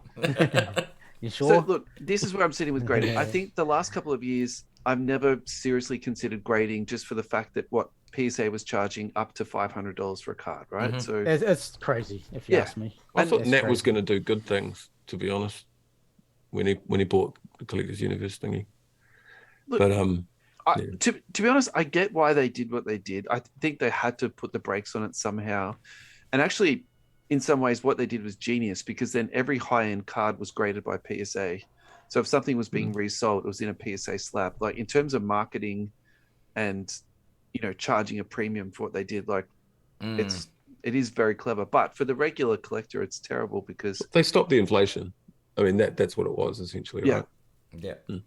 So I think as a consequence of that, then it pushed a lot of business out to other grading companies. And then as a consequence of that, other people have seen this as a market opportunity to come in. So probably where my head is currently at the moment is, all these other companies sort of popping up like mushrooms and what effect is that going to have onto it? And so when we found out about the new company coming to Australia, we reached out to them and they were very generous with their time. And he was very transparent, I think. Yeah. That was Provenance Grading. That was Matt. So, and probably, some of the things that we raised with them was, how are you going to identify fakes and what are you going to do when it comes to identifying fakes and stuff like that? And probably, I think it's something they had considered, but I don't particularly feel that the answer we got was detailed, or I don't particularly think that they had sort of a contingency plan or anything like that for it. So probably, that does make me, I suppose, concerned is how I'd feel about it. And then, so the next thing I suppose I think about too is, modern fakes. How do you identify modern fakes? And then what companies do you think is worth grading with at the moment too? Like, do you just say the only company I want to grade with is PSA and the rest of them are no good? Or do you say, sometimes this company is good for that? Or, so that's what I'd like to discuss today. And Parris, I'd definitely love to hear. I mean, look, I've actually only just submitted the first 5 cards for grading in my life. I bought about 150 in lockdown, but me actually doing it myself. Yeah. And that's going through BGS, mostly because Mike dropped them off at the National. But I mean, why did you choose BGS over PSA? Price, essentially. So because he got like flat rate, sort of regardless of what the value of the card is. But PSA dropped down their fee for the Nationals. You didn't think about jumping on that? No, well, Mike's got a really good relationship with the BGS guys, so he sends quite a lot of cards through them, and he's going to take them over, and he prefers BGS. I was like, yeah, cool. I mean, there were no Stoudemire's in there; it was just Jordans and Kobe's, and so they're the first ones I've done. But I've bought a lot of slabs. I mean, the thing that kind of disappointed me about a lot of the grading was working with the blowout guys, looking at things that have been graded that are serial numbered. It amazed me that there was absolutely no archive or record where they could go, oh, we've got this LeBron number 31 out of 50 from so-and-so, and it's on record as we've graded it 3 years ago as a PSA 8, and then it comes through the system again, and somehow it's PSA 10. Is this where I go on my side tirade of regulate the hobby? Well, I think that no, but I possibly, because what I'm saying is if they're offering a service, right, and a lot of us probably work in service industries and all that sort of stuff, your reputation is utterly important, and it was absolutely mind-boggling to me that these companies could not detect that we've graded this before. And, we knocked it down for corners or whatever it was, and now it's got super crisp corners. I mean, I was just like, what the hell is going on there? How do you do that? The same company. Like, you understand if BGS don't have a database of all the PSA graded cards, right? But this is a PSA 8 coming back through the chain and coming out. Serial number too. Like serial number. Yeah. Like, how easy is it for you? And they're grading swapped out patches, and I don't know. I know just sometimes by the sheer volume of work, if you extrapolate the work pressures that you have maybe in your own jobs into other industries, sometimes corners get cut and people do crazy things and all that sort of stuff. But I mean, what that means is if you can multiply the amount of money that people pay for that card just by not having good processes and systems.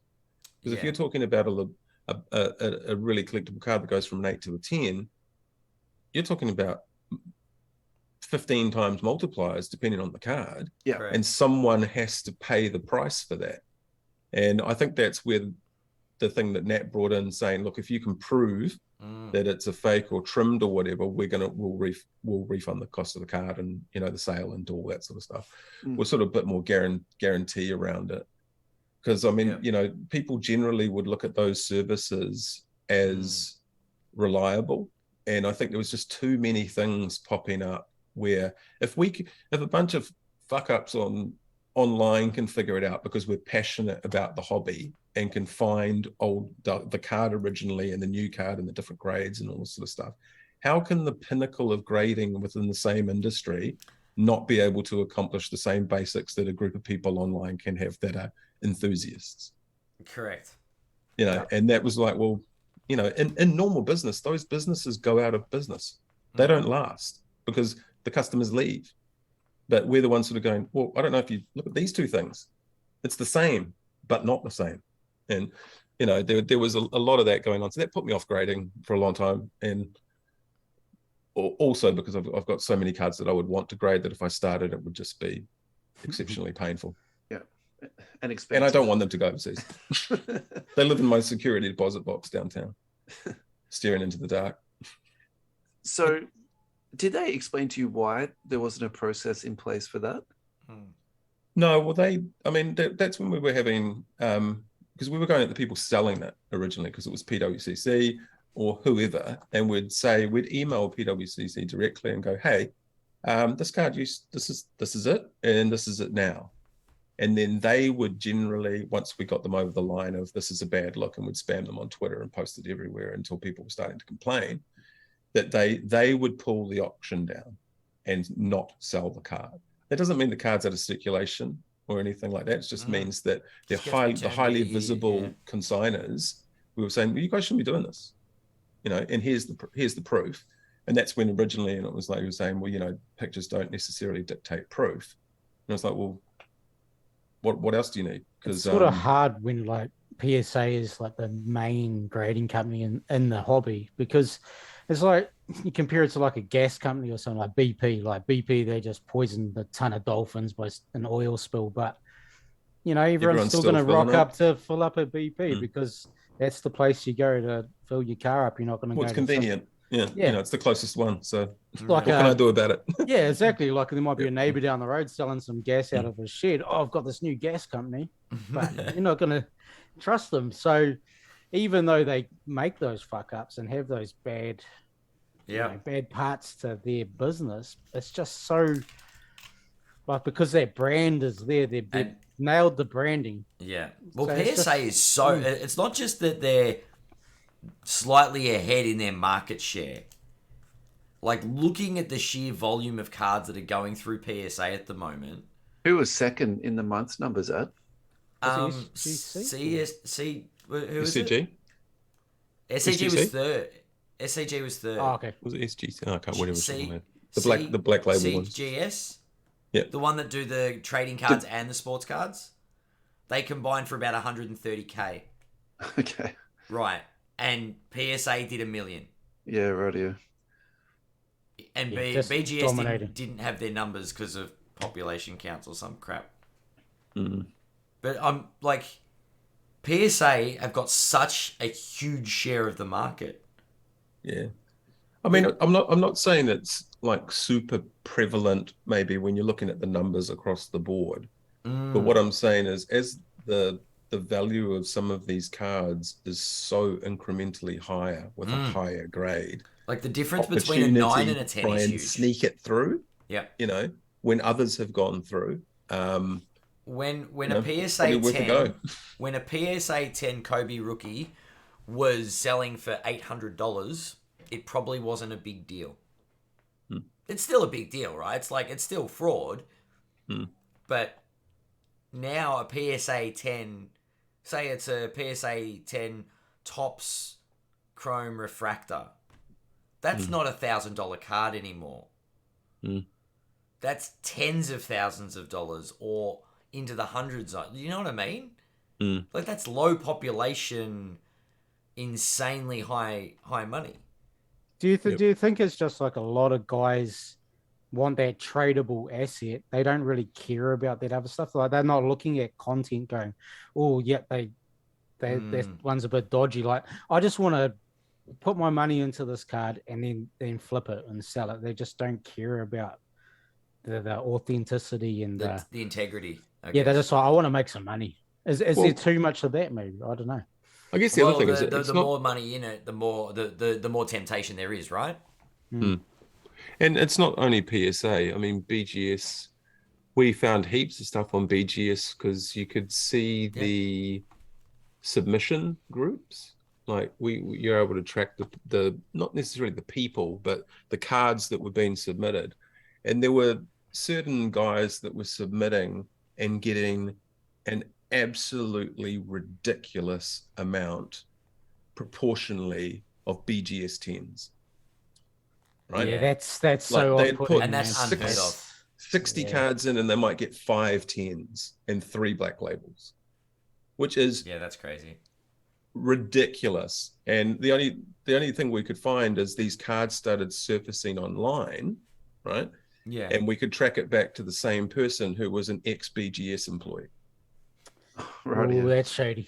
So, and then everyone was like, right, get the fucking pitchforks, this guy's going down. So everyone had started, flapping around, and they found so much stuff out about these guys that they'd managed to track down the people that were doing trimming and submitting, all kinds of stuff, and to the point where I think that I think the FBI got involved, and they were, because it got into fraud, and yeah, it's big money, and that's the thing. Like it can cripple some people. I mean, if you pay $100,000 for some epic card, and then all of a sudden altered, ungraded, and it went from a 10 to an ungraded. Well, I'm pretty sure you probably lost 80% of your investment overnight. Yeah.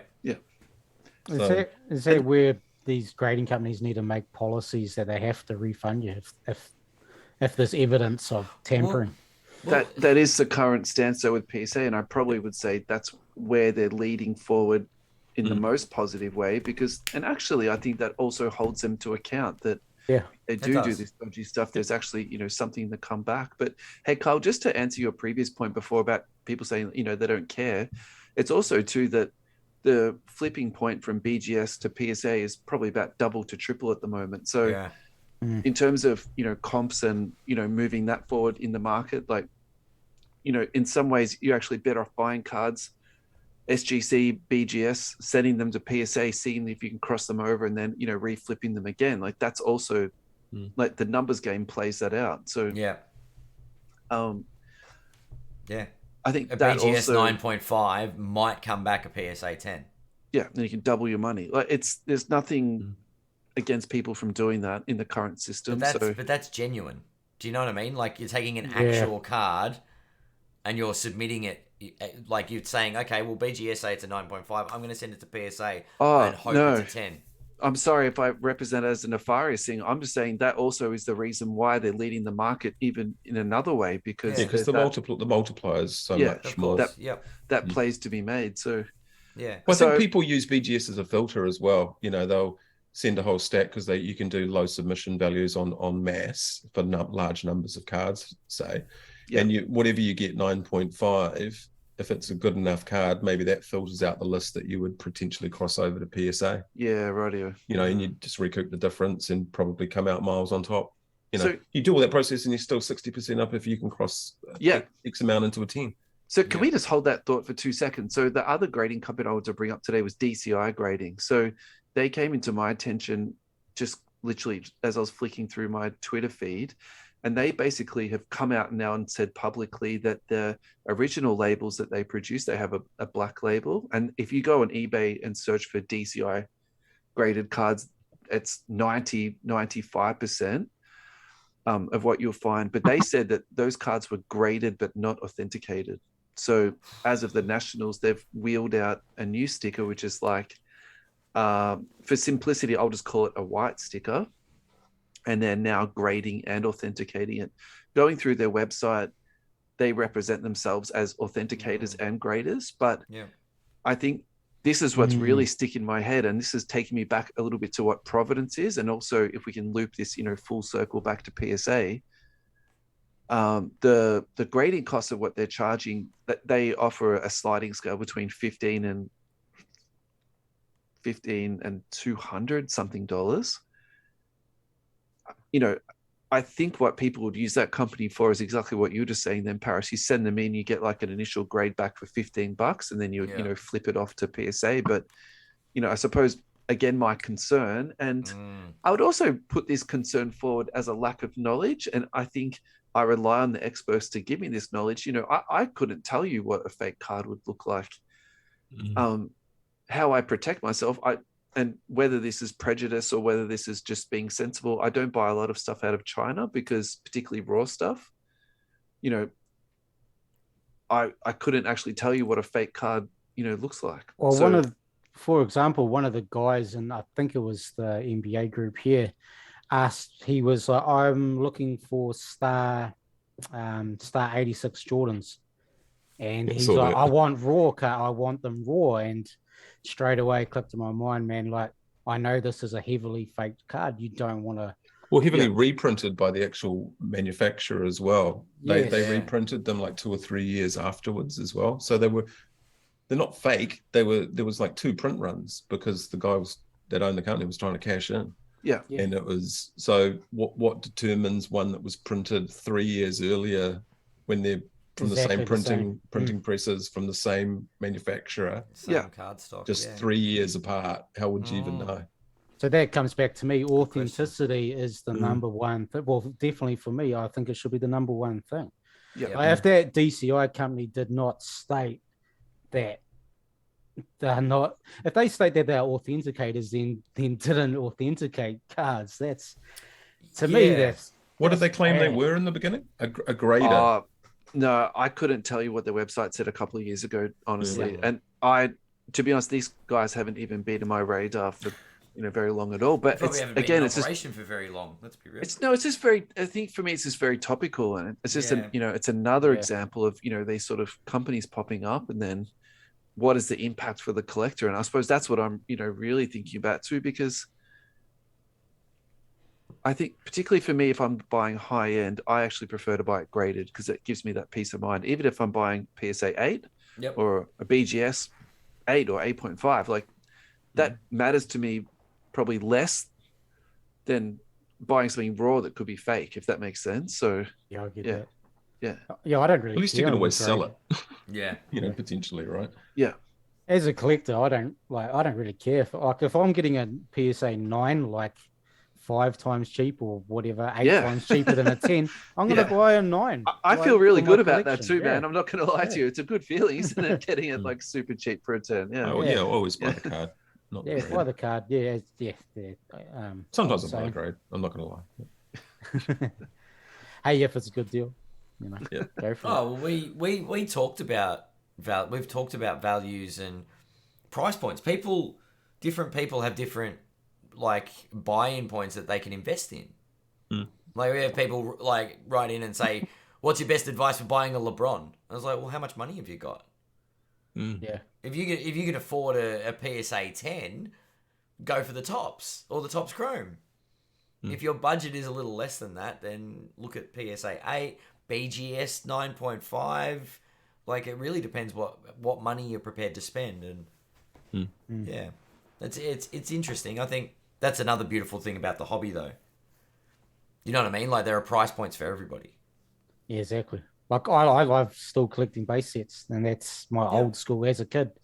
I'm a set collector, so. But I also PC guys, and I like collecting all sorts of stuff. Inserts, base sets. Bruce Brown's my main PC, so. Well, I think that's kind of the thing. Like when you're collecting players like that, and even same with Stoudemire. I mean, it's not high on the list for faking. Yeah. The only ones that have kind of turned up are super iconic versions. Rubies or your PMG guys in the set, PMGs, but I mean, some of them are pretty tough to fake anyway. I don't know how you'd fake a grand finale these days, like an SPX something or other. So I don't know. It's the player's kind of low risk, I think, for both of us, Carl. But when you get into high-end Kobe's and Jordans and LeBrons or anything along those sort of lines, it's like you probably goes up a little bit. And do some research. Like if you're going to drop 20 grand into a card, like I'm sure as hell researching the shit out of that card, man. Not just jumping on eBay and clicking, buy it now. Why not? I'm doing $40,000 of research on that card. Yeah, like I'm doing that for $20 cards. It's like let me just consult the history. Hold on. Well, everyone wants a deal, right? You want to feel like your money's spent well at the end of the day and safely. Yes, correct. Yeah. But just to be devil's advocate on this, Carl, and I don't disagree with what you're saying, but I'll probably also say too,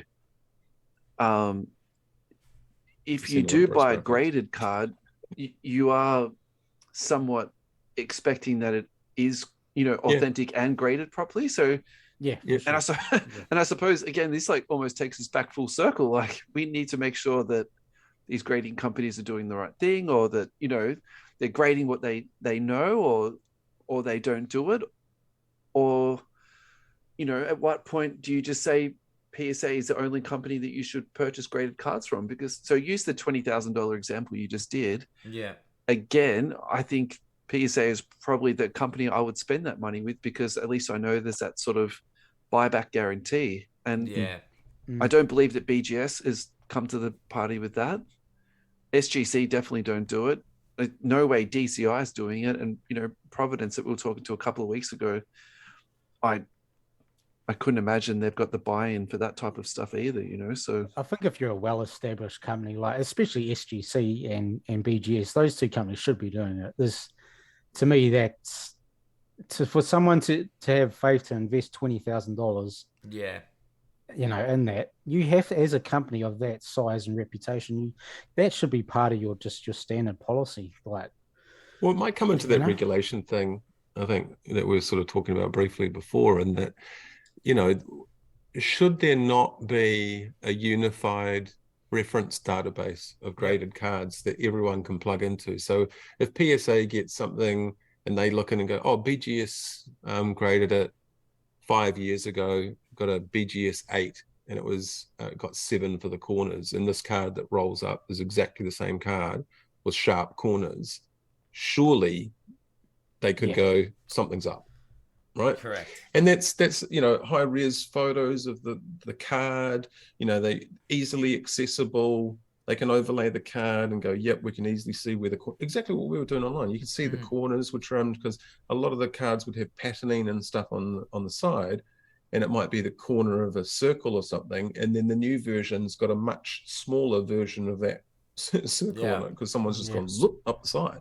Yeah. So, I mean, it's like, it is kind of like well, maybe not regulation, but it's just like you would almost expect them to come together for the good of the hobby to say, let's give some surety around our service with regards to we have a unified database historically, and we query that with every new card that comes in to see if it's been graded before, and that's part of the sanity check that we do as a service that we provide for you guys, that we're giving you a legit grade. I think most people go, well, shouldn't this have been a thing anyway? But thank you. I guess on the other side of the scale is, and the questions start to come through, and this is probably why Russell and I ask similar questions to Providence. But all these new graders, the main question is what is your process? Why would we grade with you and not a BGS or like, it doesn't have to be PSA, but why wouldn't I grade with one of the top 5? Why would I grade with you? New startup. Like, are these new grading companies that are coming out of the woodwork required? Is there space in the market for them? Yeah, it's a good question. Hey, lads, they compete on price, though. I mean, I think, right? Generally, that's what they do, but they lose in the resale value. The resale, but that's the thing. Like, I can get my cards graded for $20, but I'll get 10% of the value of it because it's not PSA. Yeah. So I wonder in the next 12 months that equation's going to flip around, though, because like just recently there was 35 Australian dollars. You could send your cards in, and that's postage to America and back, and PSA graded. Yeah. So I think there's been a lot of money put into PSA, and they've clearly increased their throughput. They've done 1 million cards this month.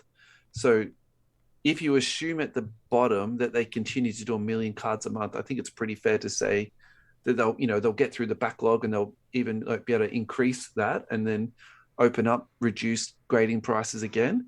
And then if you're an optimist, you might say, well, actually, they might get to 1.2 million graded cards a month. Like, do you know what I mean? Like, it's not outrageous to think that. Yeah. I think they're just going to bottom out the pricing for thing, though. I mean, that will be a natural progression as the population of everything graded expands. Everything will sort of normalize, and they've done so many 10s. I mean, that's one thing that separates BGS and PSA. The BGS 10 and the BGS 10 black label in particular, are actually rare. Yeah. PSA 10s per se, across whatever card, you can buy them for half the cost of grading or less. You can buy a PSA 10 whoever the fuck for $5. You're probably less likely to find a PSA 10 whoever the fuck versus a Zion or a Luca. Well, yeah, potentially. Population of 20,000 of like, at what point is a PSA 10 not well, there's rare more 10s. anymore? There's more 10 Zions than 9876 all combined. Yeah. So, I mean, that tells you something. tells you the state of the market. Panini's doing a good job, or Well, Panini quality control got it right. Maybe not. Or the Down, cards down, are down. positively selected to be sent in. Like, I would say most people, if they've got like a very badly east-west cut card, they wouldn't send that in, right? True. Yep. So what were you saying, But what I'm Parris? saying is the proliferation of 10s across the board. It's like if I'm looking for things and I see a BGS black label, that'll be rare. If I'm looking for stuff, they are insanely rare, definitely. And it's a PSA 10. I mean, I don't know how many saved searches you guys have on eBay, but I got shit tons. And the PSA 10 list of closing soon's under $100 or under $50 is ridiculous. You could sit there all day buying nonstop. You might not see one for a week of, in an auction of a BGS black label. So I think that's one thing that BGS does. They still have a true rare grade, and it might be the economies of scale that PSA 10 and, there's more being graded, so there's more 10s around, but there's also way more 10s being transacted as well. Yep. So, I think in general business, it's supply and demand. And if the supply of 8s and 9s and 10s goes up and up and up and up and up and up, if it's not matched by the demand to buy them, everything comes down. And I think that's what's going to probably happen with PSA over time, because the amount of people that graded stuff over the last 2 seasons for NBA that is going to turn into basic trash is massive, and a massive proportion of that will be PSA 10s. Yeah. I mean, how many people are queuing up for Bol Bols or Taco Falls or Cam Reddish or Roger Huerta or Kevin Huerta, whatever. Yeah. Because everyone thought everyone's a winner. You can't lose, except if you ship in all your Zions, and then 18 months later they come back and he's been injured for a year and a half. Oops.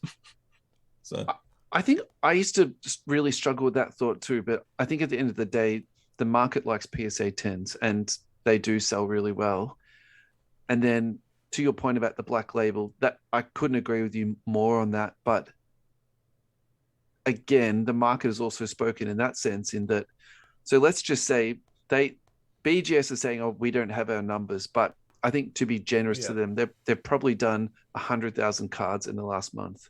And that's being generous, right? So, what does that mean moving forward? Are people going to want and desire those black labels? Even though I agree with you what you're saying, yes, they're very rare cards. So the example I use for this, for me, is Select. I personally think that Select is 10 times a better product than Prism.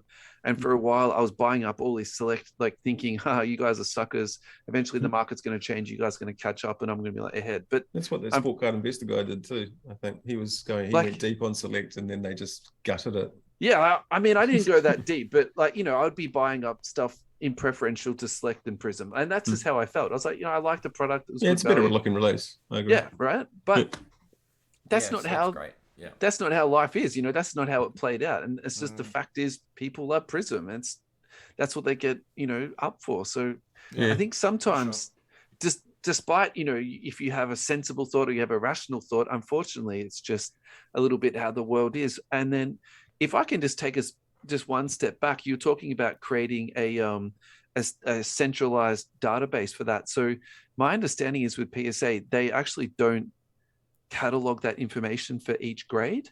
So the good example about that is Forensic. So Forensic will actually give you the grading sheet for each of your cards when it comes back.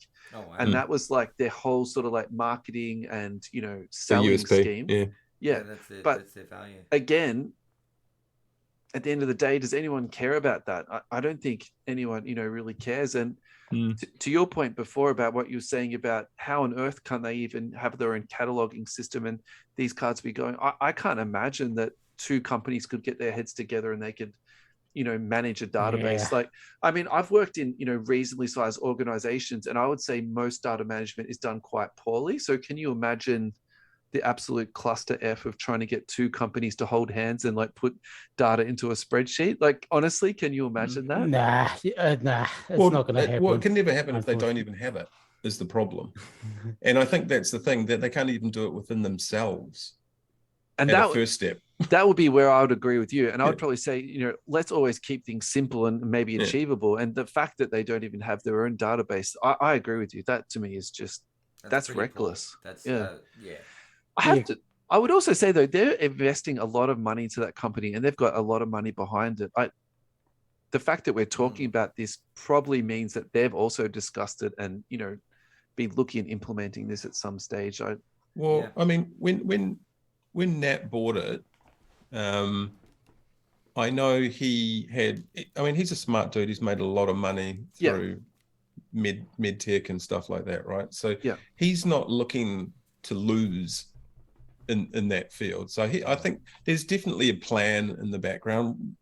How much of it is visible at the moment, and this just might be the first part of it, trying to combat the inflation of things to gear up to be able to do whatever, to roll out whatever the intended sort of future plan or the future look of PSA is. Because I mean, it definitely wasn't, from everything that I've read in all the interviews, is to just business as usual and nothing's going to change. And because it was him being frustrated about certain things as well, that, I mean, he's got one of the best collections you've ever seen, right?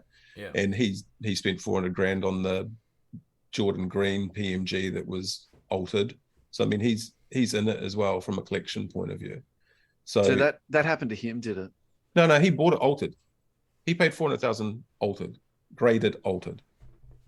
Yeah, well, there's only 10 of them, so you just got to get your hands on what you can. Still a proper card, just been trimmed or had they deemed it altered in one way or another. So was it BGS or PSA graded? PSA. So he's a bit money where his mouth is, I guess. Yeah. That was before he bought the company. Yeah. But I think the hope was, because he was kind of one of us, for lack of a better term, because he had a fucking epic, he was way bigger than the average collector. Yeah. But the hope was that because he's kind of one of us, that he would take all our frustrations, and surely they should be doing A, B, C, D, whatever, and then make those things a reality for us. But you still got to run a business, and you still got to make money, and you still got to service your customers, and you still got to do all that other BAU stuff. Do you not think they have done some improvements? Because I think they have. I was going to say, it seems to me like they've done. Yeah, they definitely have. But they definitely have. We do need to remember that, for us it's a hobby, and well, for a lot of people now it's a business.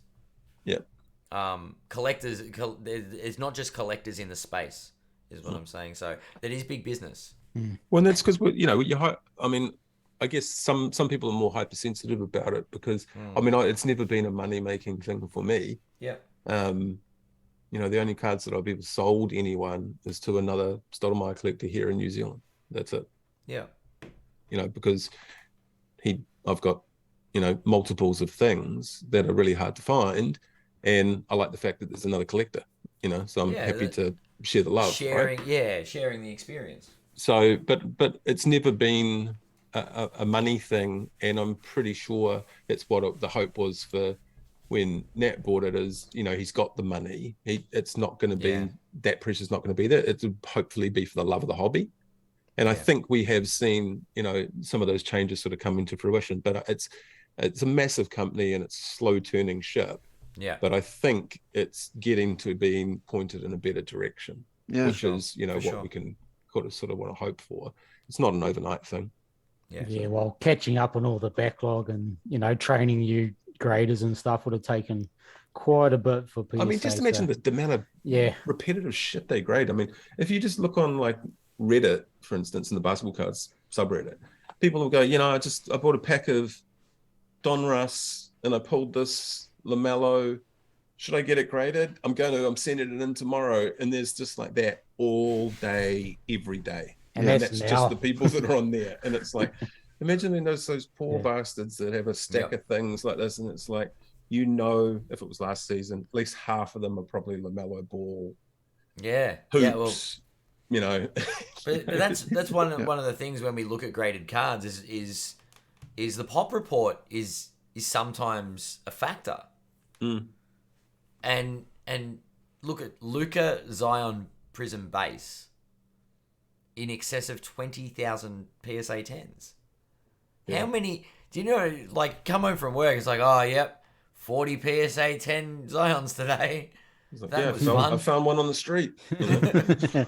It's like, anything exciting happened? Yeah, one of the Zions came back a 9.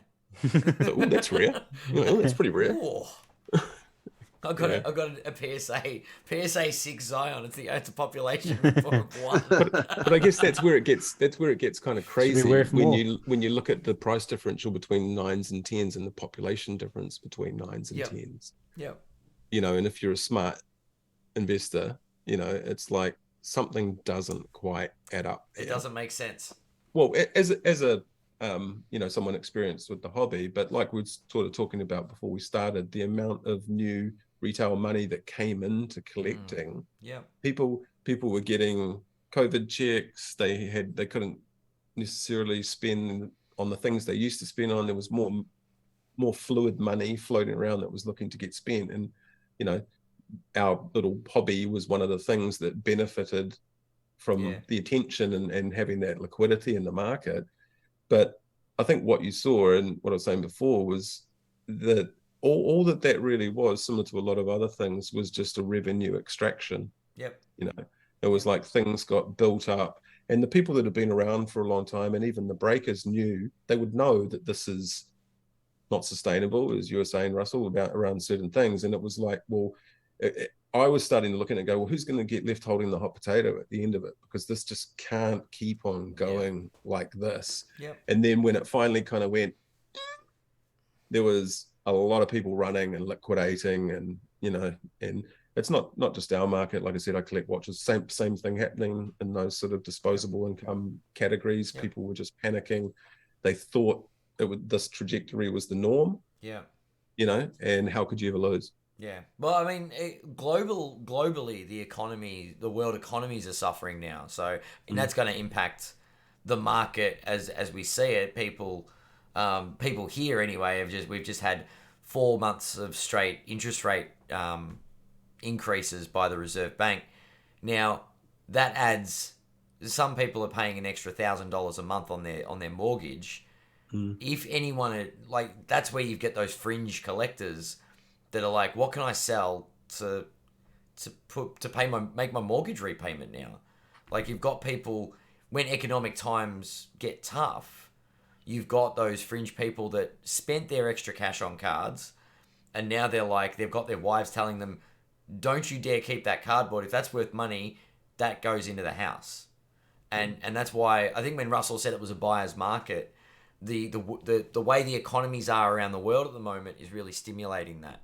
People are trying to sell things. And I mean, the way to curb inflation, which is, you know, what a lot of people or a lot of countries are seeing, is you either raise taxes or you force spending back into certain things.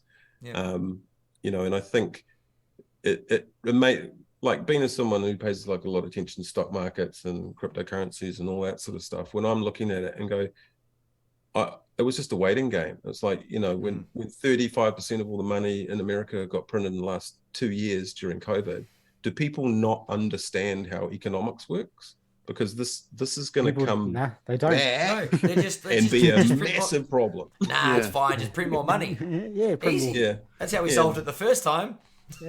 Let's just I print more. So I mean, I mean, as a like a Stoudemire collector, I mean, I buying stuff on eBay was never really too much of a problem. Like, there was maybe a handful of guys that would sort of have pissing contests through. And when it got into COVID, when I noticed some crazy prices for Stoudemires, and like, you know, beyond, I would set the market rate for buying things, and, you know, prices were coming up that I'd say pay maybe $200 US for, and they were going for $800 US, and I was like, something is very wrong here. It's because like, these people were not around last year.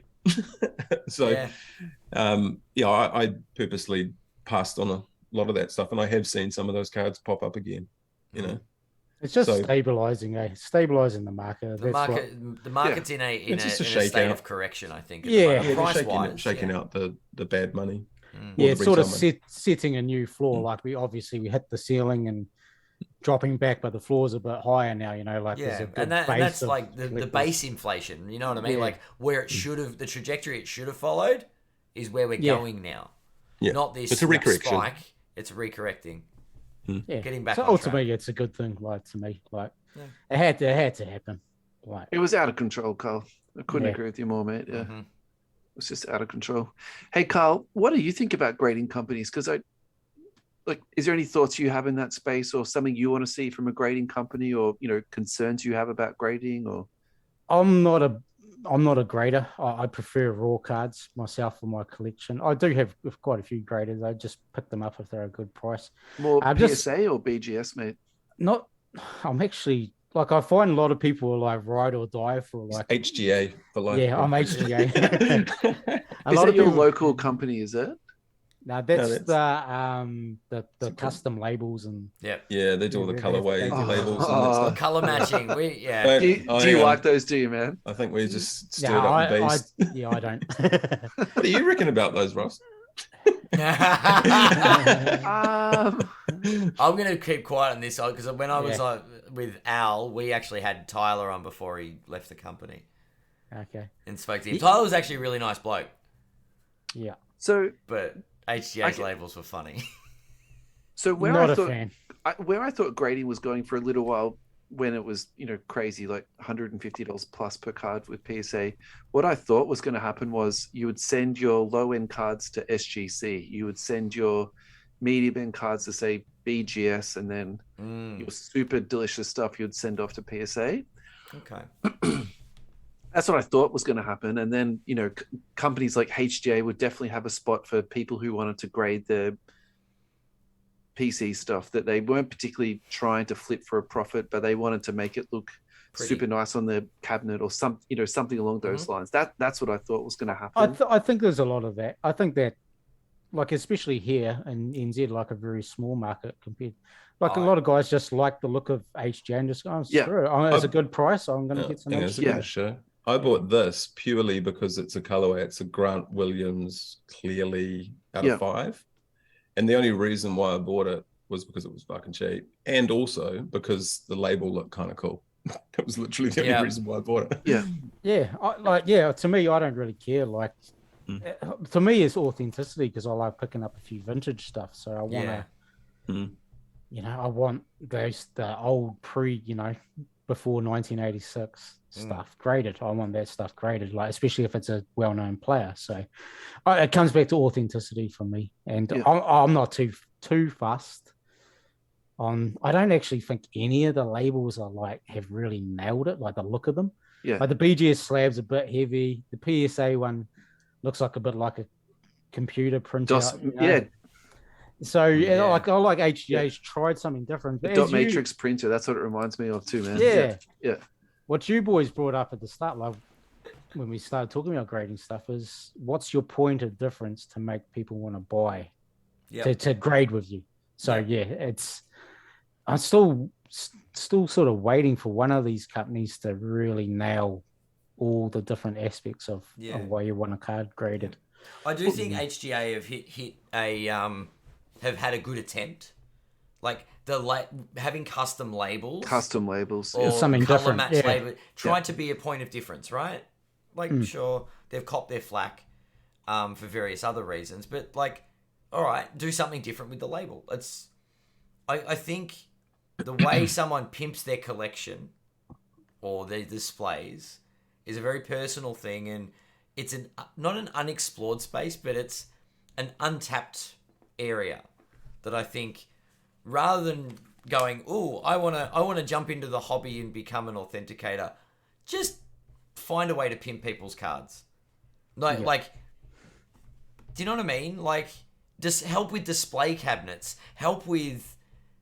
Don't do what PSA are doing, because you're pushing shit up a hill. Yeah. And I think that if they can find a spot in the space, like, why would How lucky would they have to be to compete with PSA properly? I think if they were to compete with them properly, PSA would buy them. Yeah, and that's absorb what happens, them, so they increase their capacity. Yeah, they just get acquired. Don't be about it. Is that a reason? If I'm a grading company, if Russell and I say, look, we've had fun podcasting, but now we want to grade cards. Good on you. We think we've got enough experience. Yeah, and I think the better example of that is ESPN buys our show out. That's what it. I like it. Would be. Yeah. Yep. Yeah. But it's like we're doing a good job. All of a sudden, we get bought out by ESPN. Yeah. Does that just happen? Do people open, using that example, do people start podcasts in the hope that ESPN picks them up? Probably. Yeah. Do you know what I mean? Like, it's like, I know I'm not going to compete with the biggest shows on the market, but if one of them sees that we're doing something good, they'll just absorb us into their lineup. Hey, I've got no problem saying this publicly. I'm praying that someone buys my company and pays me out. So anyone who's into, like, medical companies, stuff like that, please hit me up, buy me out. Let's go. Oh, look, I'm ready. I keep telling the missus, look, wait. I'm ready to retire. ESPN's going to knock on the door. They're coming. Bill Simmons is going to ring one day and just say, look, you need to join the Ringer. How can we buy you? Yeah. How much do we have to pay to get you guys on the Ringer? Just add a few zeros onto the end. We'll be there. No trouble. Yeah. No problem. But like, do you go, you know what? We've got a bit of extra cash. Let's start a grading company and hope we're good enough that PSA buy us. Because I don't see the long-term success. Nah, I mean, there's no way in hell I'd be starting one, to be honest. There's just too many now. The market's a bit too saturated. You can already. Do you guys have 7-Elevens over there? Not the brand. The convenience stores, like one on every corner. What's your 7-Eleven called? Like, what's the brand? Like Foursquare or something. Foursquare, there we go. Yeah. Imagine every Foursquare you could just get your cards graded. That's what it feels like these days. Yeah. Buy a pie and they're like, do you want a graded Zion with that? Yeah. Do you have any cards you'd like to submit while you're waiting for your coffee? Yeah. And then you probably get the grade back quicker than Starbucks have started their own grading service. Well, there was talk of those. There is some type of machine grading in the States. Well, and I know HGA were trialing AI. Yeah, they were trying to do AI grading. Yeah. So there would be a point of difference. So if you got that technology with that, still can't detect fakes though. I mean that's the tricky part. Like we were saying, how can you do that? That's card condition versus authenticity, which are separate. That's the thing. Like PSA, BGS, SGC, CGS, or whatever. Like all of those companies authenticate. They authenticate as well as grade the condition of the card. Yeah. That's the thing. Like a lot of these statements that we're seeing from the smaller ones are like, well, we just graded the card's condition. We didn't authenticate it. Yeah. I think that what you're talking about then, they're actually proposing that as almost a fingerprint. So if you did resubmit that card and it was trimmed, it would actually pick that up. I think that's the whole idea of that AI technology. side of it, is it? Yeah.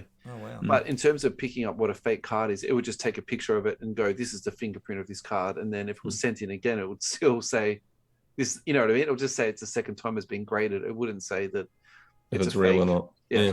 So if you submit the same card, it'll know it's the same. Like if it's not serial numbered and it's 2 silver prisms, like you can tell it's trimmed by the dimensions, of course. But the comparison that I was reading, the best explained it was like a fingerprint. It literally will pick up all the tiny little differences and put it together as a picture, and then create a profile for each card. Wow. So, yeah. It's a lot of work. Eh? If they could use that technology to catch criminals instead, maybe it's... They'll just start using. Someone will hack the database and they'll just use all those references as the printing for all the next run, and everything will be all the authentic. next lot of fakes. Yeah, that's it. They'll be hacked, and all of a sudden the fakes will be flowing. Going back to what you were just saying, Carl, about who would use what. So in Australia, actually, there's 2 established companies. There's CGA, which has been around for like a really long time, and there's this new one, Platinum, and then we're talking about Provenance.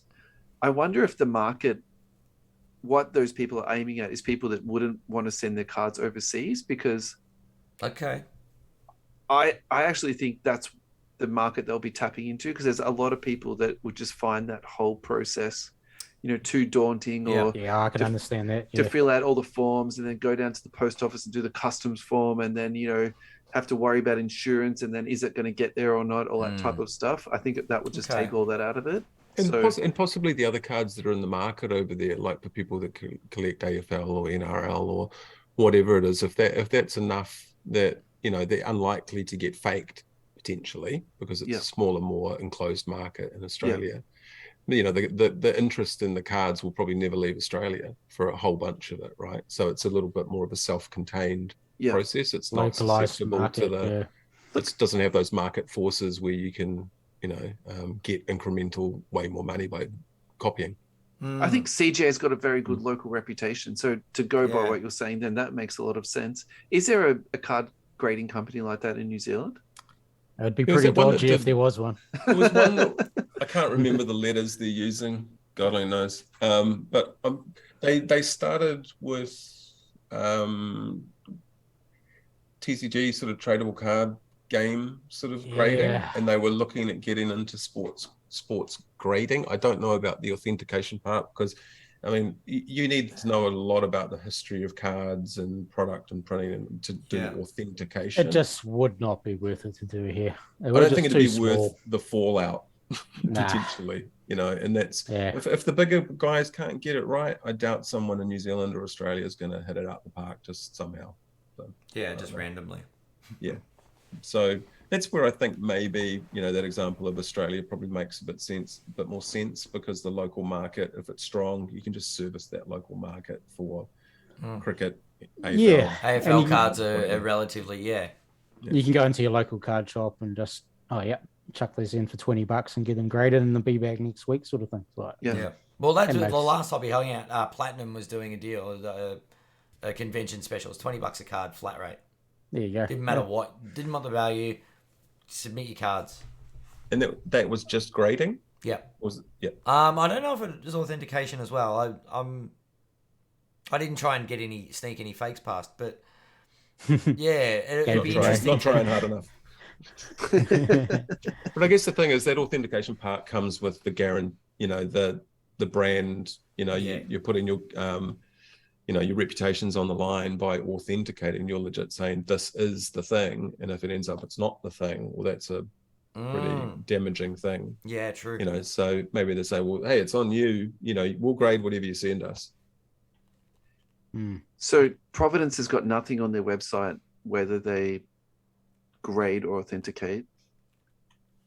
So it's a perfect business model, really. Yeah. I think we can start that up. I could do that today. Carl, I'm all on board with your theory about this. It's just all about authenticity. I'm with you 100% now, man. Yeah. That's what it comes down to me at the end of the day. Like, it's either that or you're just all about making money. Really. Well, you see it with the autographs as well, like the in-person autographs, where they, have obviously a division of PSA that are just autograph ninjas. It's the same guy that's on like Porn Stars, the guy that comes in and looks at all the signed vinyl and all movie posters or whatever it is. He's an ex-PSA guy, and they've just got a massive database of authentic, say, letters that, say, Elvis, for instance, that he had written and signed, and they've got all these snapshots of all his signatures, and all they do is check to see that the ink is real pen and not a facsimile print, and so they look at that sort of stuff, and then they compare it to known guaranteed authentic examples, and they go based on that, yay or nay. So do you guys like those autographs, or do you just prefer the Panini authentic ones? Yeah, I don't like the on just in-person ones as much. I don't know why. I just don't, even though it should actually be better. And I don't know if I do cards. I like it on stuff like boxing memorabilia and gloves and all that sort of stuff. That's kind of cool. Yeah. But cards, I like the manufactured one. If they're a rare, if they're like your PC and they don't sign really anymore, they're not signed to Panini or whatever, like say like a Ron Harper or a guy like that maybe hasn't been in any releases for a long time, and you're a Bulls fan or whatever, and you can get a Harper card signed in person, it'd probably be pretty cool. But I don't think it'd necessarily be the well of where I would go to for autographed anything.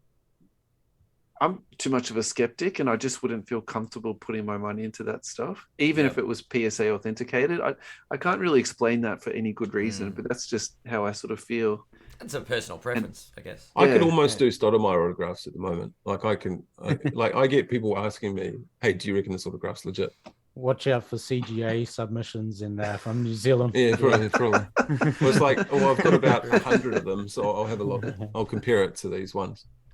Like, I saw something the other day. It was a photo from the National of a card, like a tri-auto upper deck old one that had Kobe Bryant on, and it was one of the first times I'd seen Kobe sign Kobe Bryant.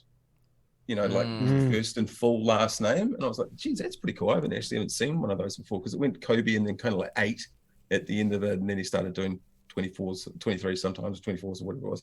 But having like Kobe and Bryant on it, I was like, wow, okay, but it's on an upper deck with indicator. But the cynic in me goes, I haven't seen that before.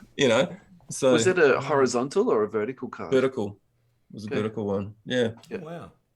So I was like, wow, that's, and I've been around enough that if I haven't seen one, they're probably rare, or at least uncommon at the very least. I've never seen one like that. Yeah. Yeah. So my initial thought was, my initial thought that it was like a horizontal card. So then they had lots of space to, sort of pen it out. Because I've got a Larry Bird auto like that, and it is amazing. I know most of my cards are vertical, but I just couldn't go past this one. It's just like, oof. So some people have a lot of variance in the autos, don't they? Yeah, early in the career is quite a bit different. Like even just like Damon as an example, it was like he went from Damon S to, and then you could see a D and a squiggle, and it went to sort of D S D, and then sort of a fucked up version of that from there. So you could see the progression from the older ones to the new ones. I guess when they're hype and they're in the league, they're like, shit, man, I got fans, all this stuff, and they're all into it. And then it's just like that dude that does the line, on the new, more recent Panini ones. Like Tyrese Halliburton. That's when you see like the old, like the 70s and 80s players when they, like Jeff Hornacek and people like that, when they're in like the releases, and it's like Jeff Hornacek, and it's just like, oh my God, look at this. It's beautiful. Yeah. He signed it like in nice handwriting. It makes massive difference. Can we talk national treasures? Yeah, I was going to say to you boys, how are you guys going for time? Because we're a bit over time, but are we? it's fine. Yeah, I'm good. Yeah. I'm good. I'm happy to roll. I'm still good for a bit. Okay, we can make this the last thing if you like. We've got one. Well, we've got another thing to briefly touch on. What do you want to talk about, Dad? Working from home tomorrow, so everything's good. Well, we did have an NBA Legend Pass. Yes, we did bring that up in the chat too. What is this? Bill Russell. Oh, right. Okay. Before we move on to National Treasures. Yeah, sure. Let's do that. Ad, you go first, man. I just thought it was sad. It was something we sort of touched on earlier this year. And the comment was made as like, when you're collecting NBA greats, when's the right time to buy? And I think, sadly, Russell and I were talking about this, and Russell was like, I want to add a Bill Russell to the PC. And we're like, yeah, you better get on that because he might not have long left. And then he's sort of it happened. It happened. He's no longer with us. And I don't know. I think it was a nice sign of, I saw someone post up on one of the Australian groups that there was going to be a 1-month hiatus on selling Bill Russell cards out of respect. Probably because of what they saw with Kobe. Yep. But yeah, it's kind of like one of those, when do you do it? Questions, and it's going to be a lot harder, I guess, to get that man's autograph. Yeah, well, at least he was a good signer. Yes, yeah, that's true. I mean, to me, I'll just talk on him as a player, like on and off the court. Yep. There might not be anyone more important than Bill Russell, and I don't think there ever will be. Like Michael Jordan brought the game to the world, but Bill Russell forged, the way for these dudes, man. He's so important, man. He's one of my favorite players. Yeah. Like I have him number 4 all time. 11 championships, man. Then going to coach and stood with Muhammad Ali, all that stuff. And just I always loved defense as a Pistons fan too. Like it just. I don't know if there was ever a better defensive player in the NBA. So, yep.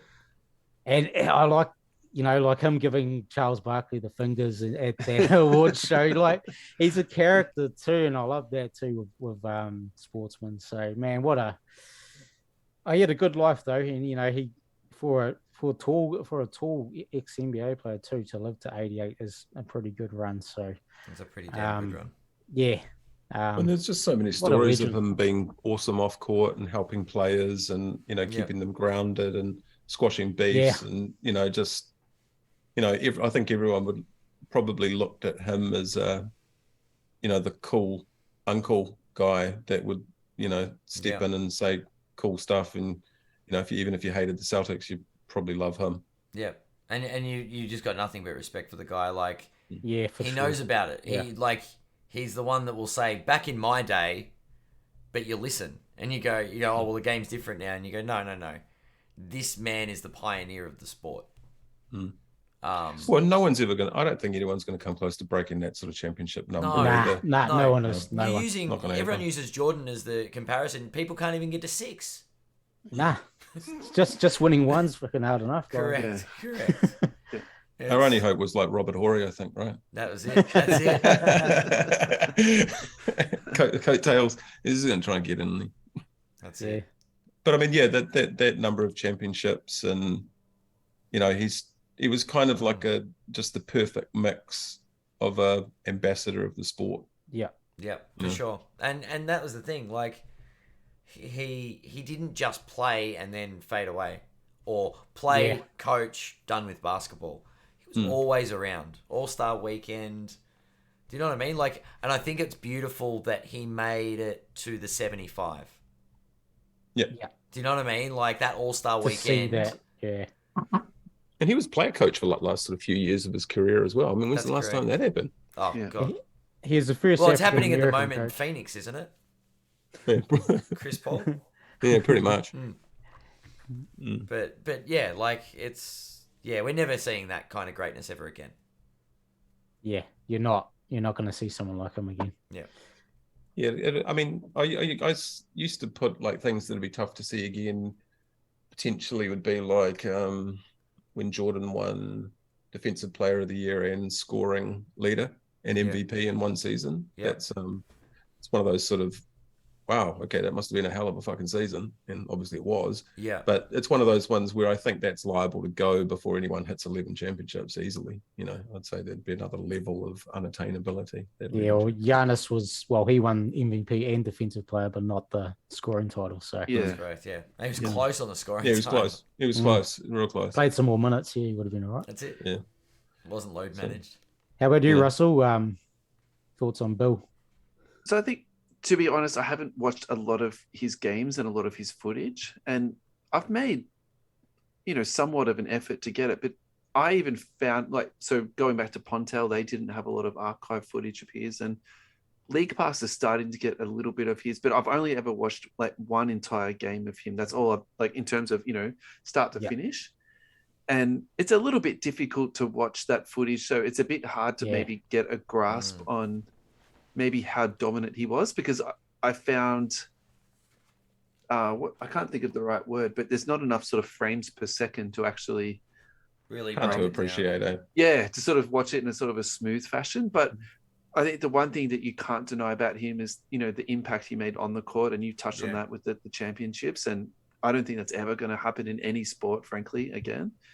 And then probably more importantly for me is, the off the court stuff, because I think that the way that as a white male that was born in the 1980s, how I grew up, and then how he grew up in an area that was segregated, and then he went to a place that was Boston. And if I think we can be brutally honest about Boston, they're still having issues with racism and issues with whites integrating with blacks even today. So if you hear about some of the stuff that Kyrie said about playing there, to be frank, it actually damages their chances of acquiring free agents in the future. So if that's what they're dealing with now, can you imagine the stuff that he would have had to dealt with, back in the day? So, well, his whole house got trashed and vandalized after winning 11 championships. Going from Louisiana to Boston would have been pretty crazy. Yeah, totally different. So I think you know, sometimes I sit around and I'm sorting basketball cards and I'm like, what am I actually doing with my life? And then when you hear about stories with guys like this, you're like, I really need to like get myself motivated, you know? And so when I see people like that, though, I think I have a deep admiration for the amount of achievement they've had in their life. So, Yeah. you know, more so I'd probably say the off the court stuff with that type of mentoring that he was doing, and then for the civil rights movement that he was doing, and for empowering, you know, young and up and coming Black people, because I think he did a lot of space in that education point too, with, you know, providing scholarships and all that type of stuff. So I think that's also really important for me, and probably making like a modern comparison to that would be LeBron, because he's built a school and he's doing his utmost to like rebuild his community and, you know, provide that sort of very positive role model. So that's how I feel about Bill Russell. And I frankly think that he's probably a little bit underdone in terms of like where he's ranked in terms of the all-time, you know, basketball scale. But again, probably going back to what I was saying before about watching the old games, that's probably where it's lost a little bit, is in the, you know, in the translation. And this is like absolute comparison. Yeah, it is. But this is absolute crazy talk, what I'm about to say. But I love these type of things. Can you imagine if we had like some type of like time machine and we brought all these dudes together? So it was like peak KG versus Bill Russell, and it was like peak Shaq versus like peak Duncan, something like this. I don't know. It'd be awesome if you could. Yeah, I would love to see that stuff. So yeah, I think with the footage thing with Bill, like you just, when you're going back that far, like you just have to go off other players' accounts. That's like, true. Yeah, the testimonials pretty much. Yeah, and what a lot of them said is they feared like even going for a layup. With Bill like running down like in transition behind him, like it's getting swatted. There's a picture. I saw a picture of him jumping over his own player, like pinning the ball against the backboard. Yeah, like. Yeah, he was a beast. It's like the LeBron chase down block, except he jumps over his own player to do Kevin Love's there, and he's just he's jumped over him. So it's like LeBron chase down cross with Vince Carter dunking over Frederick Weiss. That's what that photo was like. Yeah, literally. Pretty much. Yeah, it's pretty cool, man. And I think he was like like an all-American high jumper, long jumper. He was just an athlete, like real big I'm just looking at some of his things. Like he won 2 in 68 and 69. They won the championship. That's when he was coaching as well. Yeah. Player coach. And winning the championship. Yeah. I mean, that's shit. I mean, Steve, well, I don't know. Who could even come close to doing that? I don't think you could these days. LeBron would be the only dude. Like if he's like, I'm going to be the coach now. Westbrook, Westbrook would play 48 minutes a game. I'd say Chris Paul. I would say Chris Paul. Lead the league in shots. Yeah, it'd be like Chris Paul. Yeah. Steve Nash could probably take the court again for Brooklyn. He probably almost did last season with their. He probably wishes he could retire. Yeah. No, Bill, great player. Yeah, it was a sad day to have lost. Lost the legend of the game, and unfortunately, it's just sort of that's going to happen. And it's cool, like it's not cool to them, but it's cool that like it gives you an excuse just to go through and watch all the stuff again, and you know, read all the history up on him again. It's cool. Brings him into the spotlight for a little bit. Yeah, for sure. I mean, I think he's always going to be at the top of the tree when you're talking about the all-time winners. He is definitely the winningest player. Winningest player in basketball. I mean, they kind of made that category to give him his due credit, because he always, you know, it'd always be a Kareem or Wilt would probably be the people that they'd shove in front of him around that sort of time. Wilt specifically, and then Kareem later. But you know, I guess that's just the thing with eras, and you know, how do you compare in regards to what people meant to the game in that era? There was none bigger than, and that whole team was full of multiple time winners. I mean, they were just the gold platinum standard of team sport.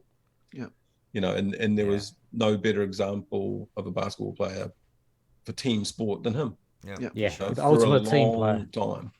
You know, so I think you probably won't see that. Even the championships is amazing, but I guess just that level of consistent dominance as well for such a long period of time. I mean, a lot of people say, well, probably Jordan could have done it if he hadn't taken a little hiatus between the three peats. True. And probably, but that would still put him at 8, right? So, it's even on the best scenario.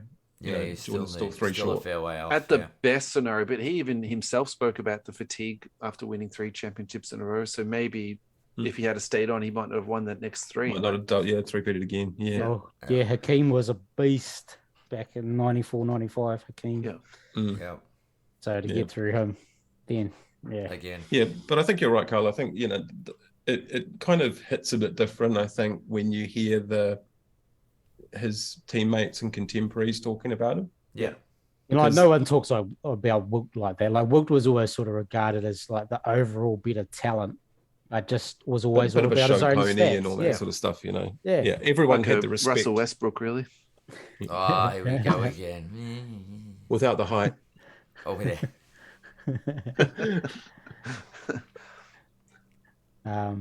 So I think, like I haven't looked into too much recently since he passed, but I was just thinking I'd probably like to see like his Hall of Fame speeches and stuff like that, and just or people who talked about him at the time, and for sure. I think it's one of those. Well, actually, with him, it's probably a lot of people did know how much of a treasure he was before he left. It's like so many times you hear, he doesn't get his due credit and all that sort of stuff. I think he probably got more of it in the latter part of his life because he was still active, and people sort of gravitated towards him because everyone loved him.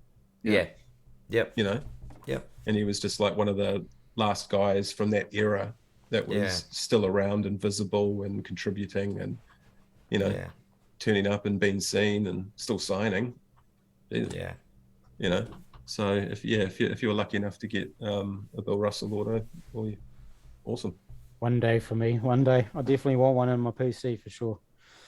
Yeah, I didn't pull the trigger, and I'm not too sure when it's going to happen now, to be honest, because I'm assuming what did happen to Kobe is going to happen to Bill Russell now. So I think no more signing. That's it. Yeah. Those Upper Deck Century Legends signatures or whatever they're called, they're going to go through the roof. Yeah, just give it a few years. Hopefully it comes down a little bit. Yeah. I'll have a squiggle on some paper for you. We'll send it to HTA. we'll all be winners. We'll get it authenticated. We'll be fine. Yeah. Oh no, it's great. Just graded. Yeah. NT, Russell, you wanted to get into? Yeah, I mean, why not? It's just dropped recently, and I believe you broke a box today. Did you? We did break a box today. It was did. Delicious box. So the 2 takeaways that I've had from this product is that I'd say overall the quality control is just a fraction better than the last couple of years, particularly with the edges. And I think that, I mean, maybe less so or more so than Noir, but it's the same sort of kettle of fish. I think that's probably the biggest criticism of those 2 products. And then the second thing I'd probably say too, just looking through the checklist, and I'd put this same sentiment across even Prism, for example. I think the checklist, they've just done a better job at selecting, better veterans and better old school guys. So you're not sort of getting these guys that you don't even know, who they are, or you never heard of. What's that?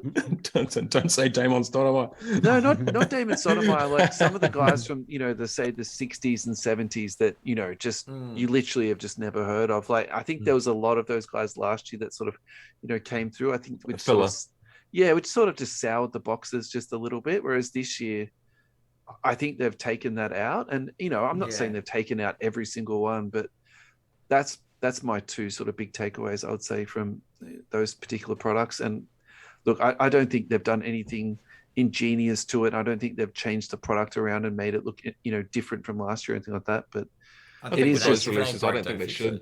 Yeah, I don't think they should. Yeah, I think it's just I think they've done a really good job this year. the other thing I probably heard people bouncing around too is a little bit about the game worn and the non-game worn stuff. So I'd definitely like to hear your views and opinions on that. But are we talking yeah, unassociated with any player, or no the rookie specific player? stuff? The rookie stuff is not. It's not associated to any game. It says game, event, or player. Yeah. Not associated to anyone in particular. I think me and Parris, we sort of trashed that aspect of it last live we did. Like, to me, like in a premium product like NT, it better be game worn. Yeah, game worn. Like, just wait till the end of the year when you can get some rookie stuff. But to me, like NT is like the top of the top, right? Like Flawless and a couple of others. But yeah, to me, and like sticker order, to me, like the look and everything is consistent. Looks really good. But the things like the not signed to that particular event or whatever, just let it down. Yeah. And like seeing those Christmas sweaters or whatever the hell they put in it, just was really disappointing. Like we talked about that last time. Like you hit Jalen Green or Cade Cunningham and it's a freaking Christmas sweater.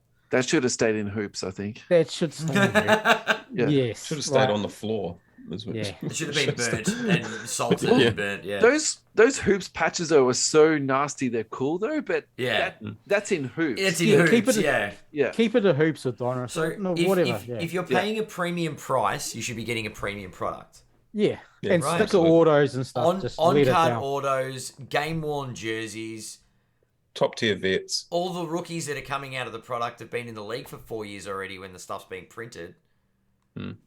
So just to be devil's advocate here, and I'm not pushing back on your opinion, I just more want to just dig this out a bit more. So what do you think some of the factors or the influences were for them to stop using game-worn rookie jerseys in product like NT? Overprinting. And NT. NT. NT. Not sure why in NT, The COVID stuff definitely. I'd say backlogs, lack of actual access to things. Well, do you actually wonder if, Americans are quite particular when it comes to some things. Do you think that they couldn't legally guarantee the health and safety of the Panini staff if they were giving them game-worn clothes because potentially Rudy Gobert wore it and he had COVID? Or you know what I mean? Like, if anyone's going to trip out, it will be America. Weeks. So, yeah. Yeah, I don't know. I don't know the answer to this, but I just wonder what is at play there that's, sort of led them down this path because I'm just sort of trying to go back in my head. So 1920 had all game-worn stuff, didn't it? Yeah, it wasn't that long ago. Was it 1920 when it changed? NT? I think that 1920 did have game-worn in it, and I wonder if this is like hand in hand with COVID. Yeah, COVID definitely impacted it.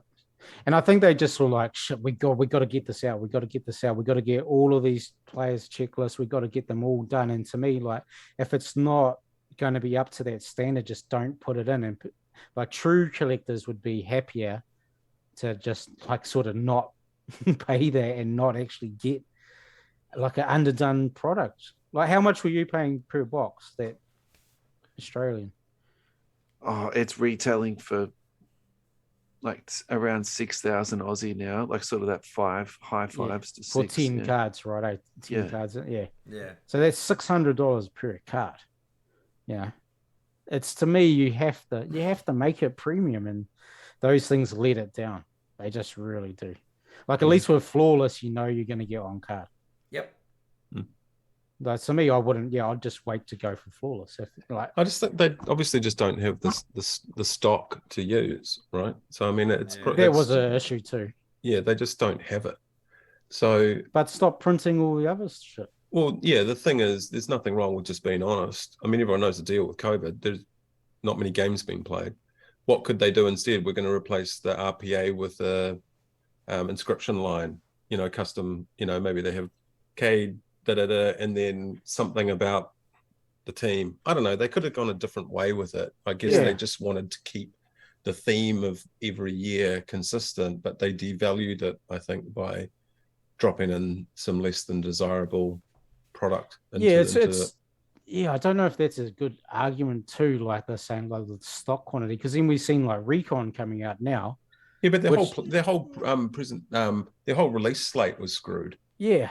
And Yeah. now Recon's got memorabilia in it, and the last release of it didn't have any. So all of a sudden now they're putting memorabilia into a product like Recon. It's like, I mean, it may be, we don't know when they printed them really either, is the thing. They may have pre-done a lot of it or had it all prepped, and then everything backlogs, and it might just be a decision around, geez, what do we do? We have to put something in there, and maybe that's how it kind of goes. Yeah.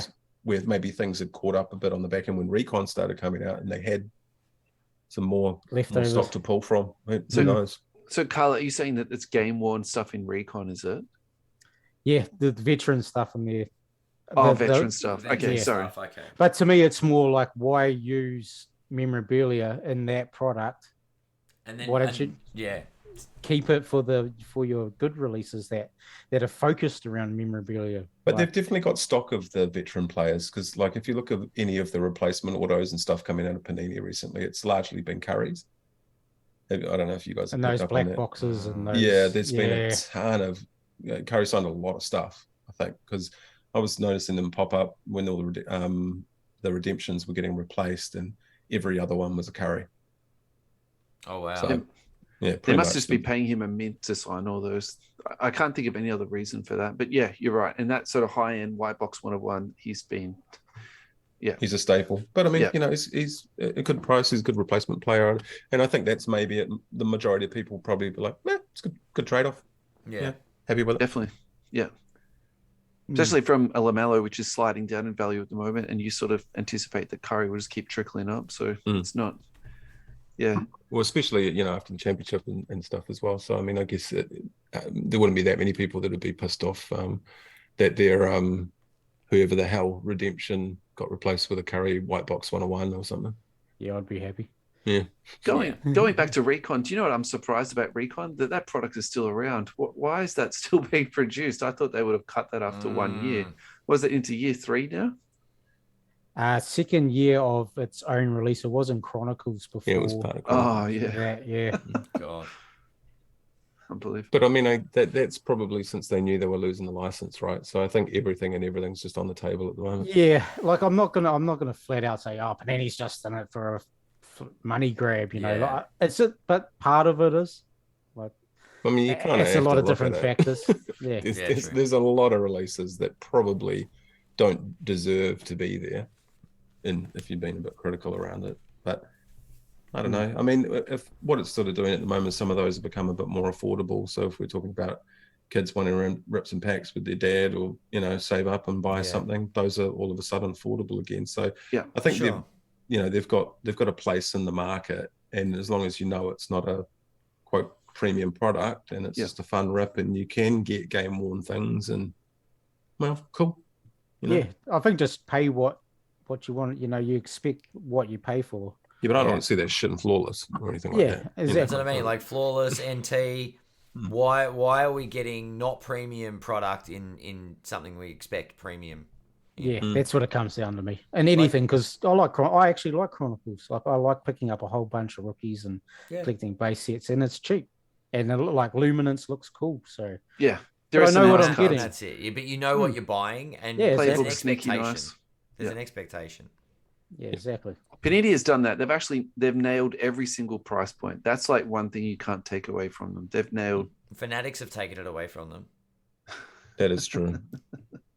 They get to take over it cold-heartedly. Yeah, that's it. Look, I personally think the best thing that happened to basketball cards is Panini. I know that's a very unpopular opinion. That is a hot take. Yeah, and I think the stuff that they've done is frankly ingenious, and they do come up with. I still reckon they'll be around. I think even with Fanatics taking over, I think they can't. They can't do what Panini are going to play a vital role. Yeah, I could not agree more. You don't think they're going to get bought? I reckon they might be. Partnered in some way, shape, or form, or bought. They might get bought out, but to completely remove Panini from the picture, I just cannot imagine a world that could. Panini's going to we're taking Prism with us. Yeah, they've got that. They've got that one thing. They've got Prism. They've got the go-to product. But everyone thought the same thing about refractors. I mean, it's just True. the same tech by another You name. just call it a different. You just rename it and use the same. Yeah.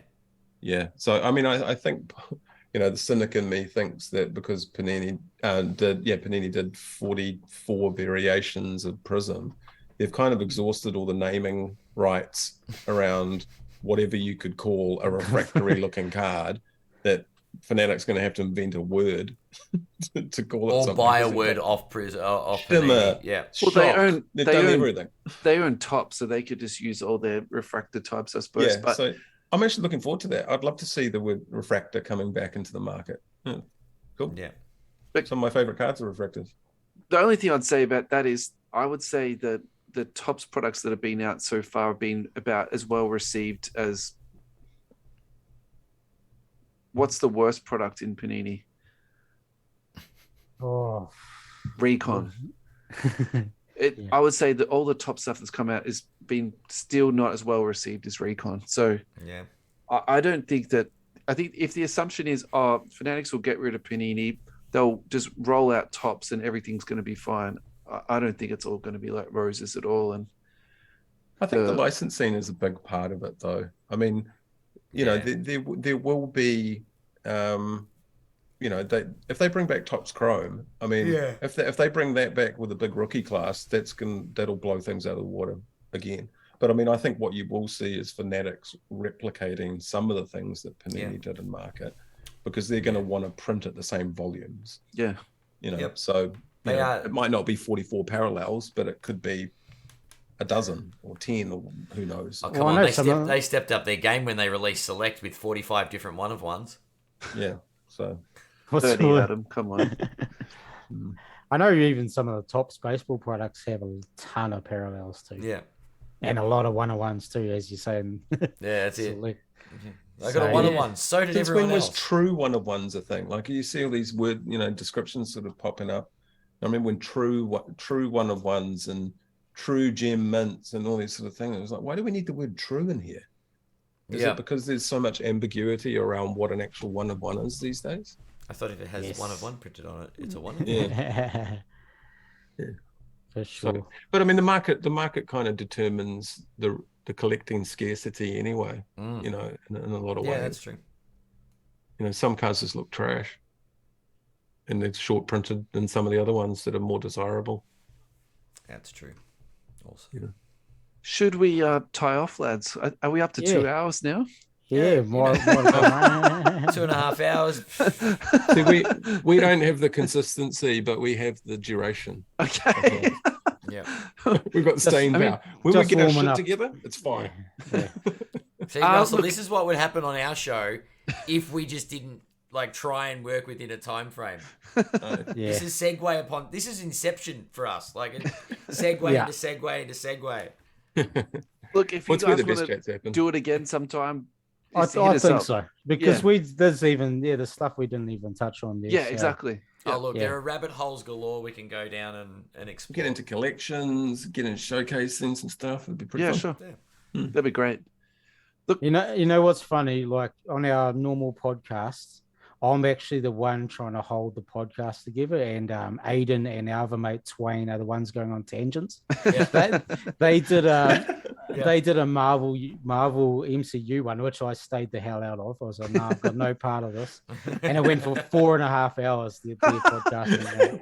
How many listens did you get on that bad boy? I don't even know. I just stayed away from that. I don't know what. Yeah, so like tangents are our thing. So I was going to say that's almost as long as the extended version of Revenge of the Sith. Yeah. What was the one? The Justice League? The Zack Snyder cut of Justice League. That was really good. I enjoyed that. Yeah, that was good. It was just long. Yeah. No, well, cheers, boys, for coming on. Really awesome chat. Heaps of cool things to talk about. Yeah, it was awesome. Yeah, good to meet you guys. Yeah, thanks, I think we can definitely do that again. And it's pretty quiet over here in the NZ at the moment. So we'll, when things ramp back up into the season and stuff too, and some better new releases come out too, it'll be cool to catch up with you guys again. So new releases and some games to talk about. Maybe the preseason, maybe the start of the season. Yeah, for sure. So thanks guys for coming on. I don't think you need a special event to have us on, honestly. If there's a blank spot in your schedule, just please reach out to us. I've had a great time tonight, so I'd love to do it again. So nice to hear. Thanks, lads. Thanks, No guys. worries. Awesome. Cheers, guys. Right. See you guys. Cheers to everyone watching Right. and listening. Later, watchers.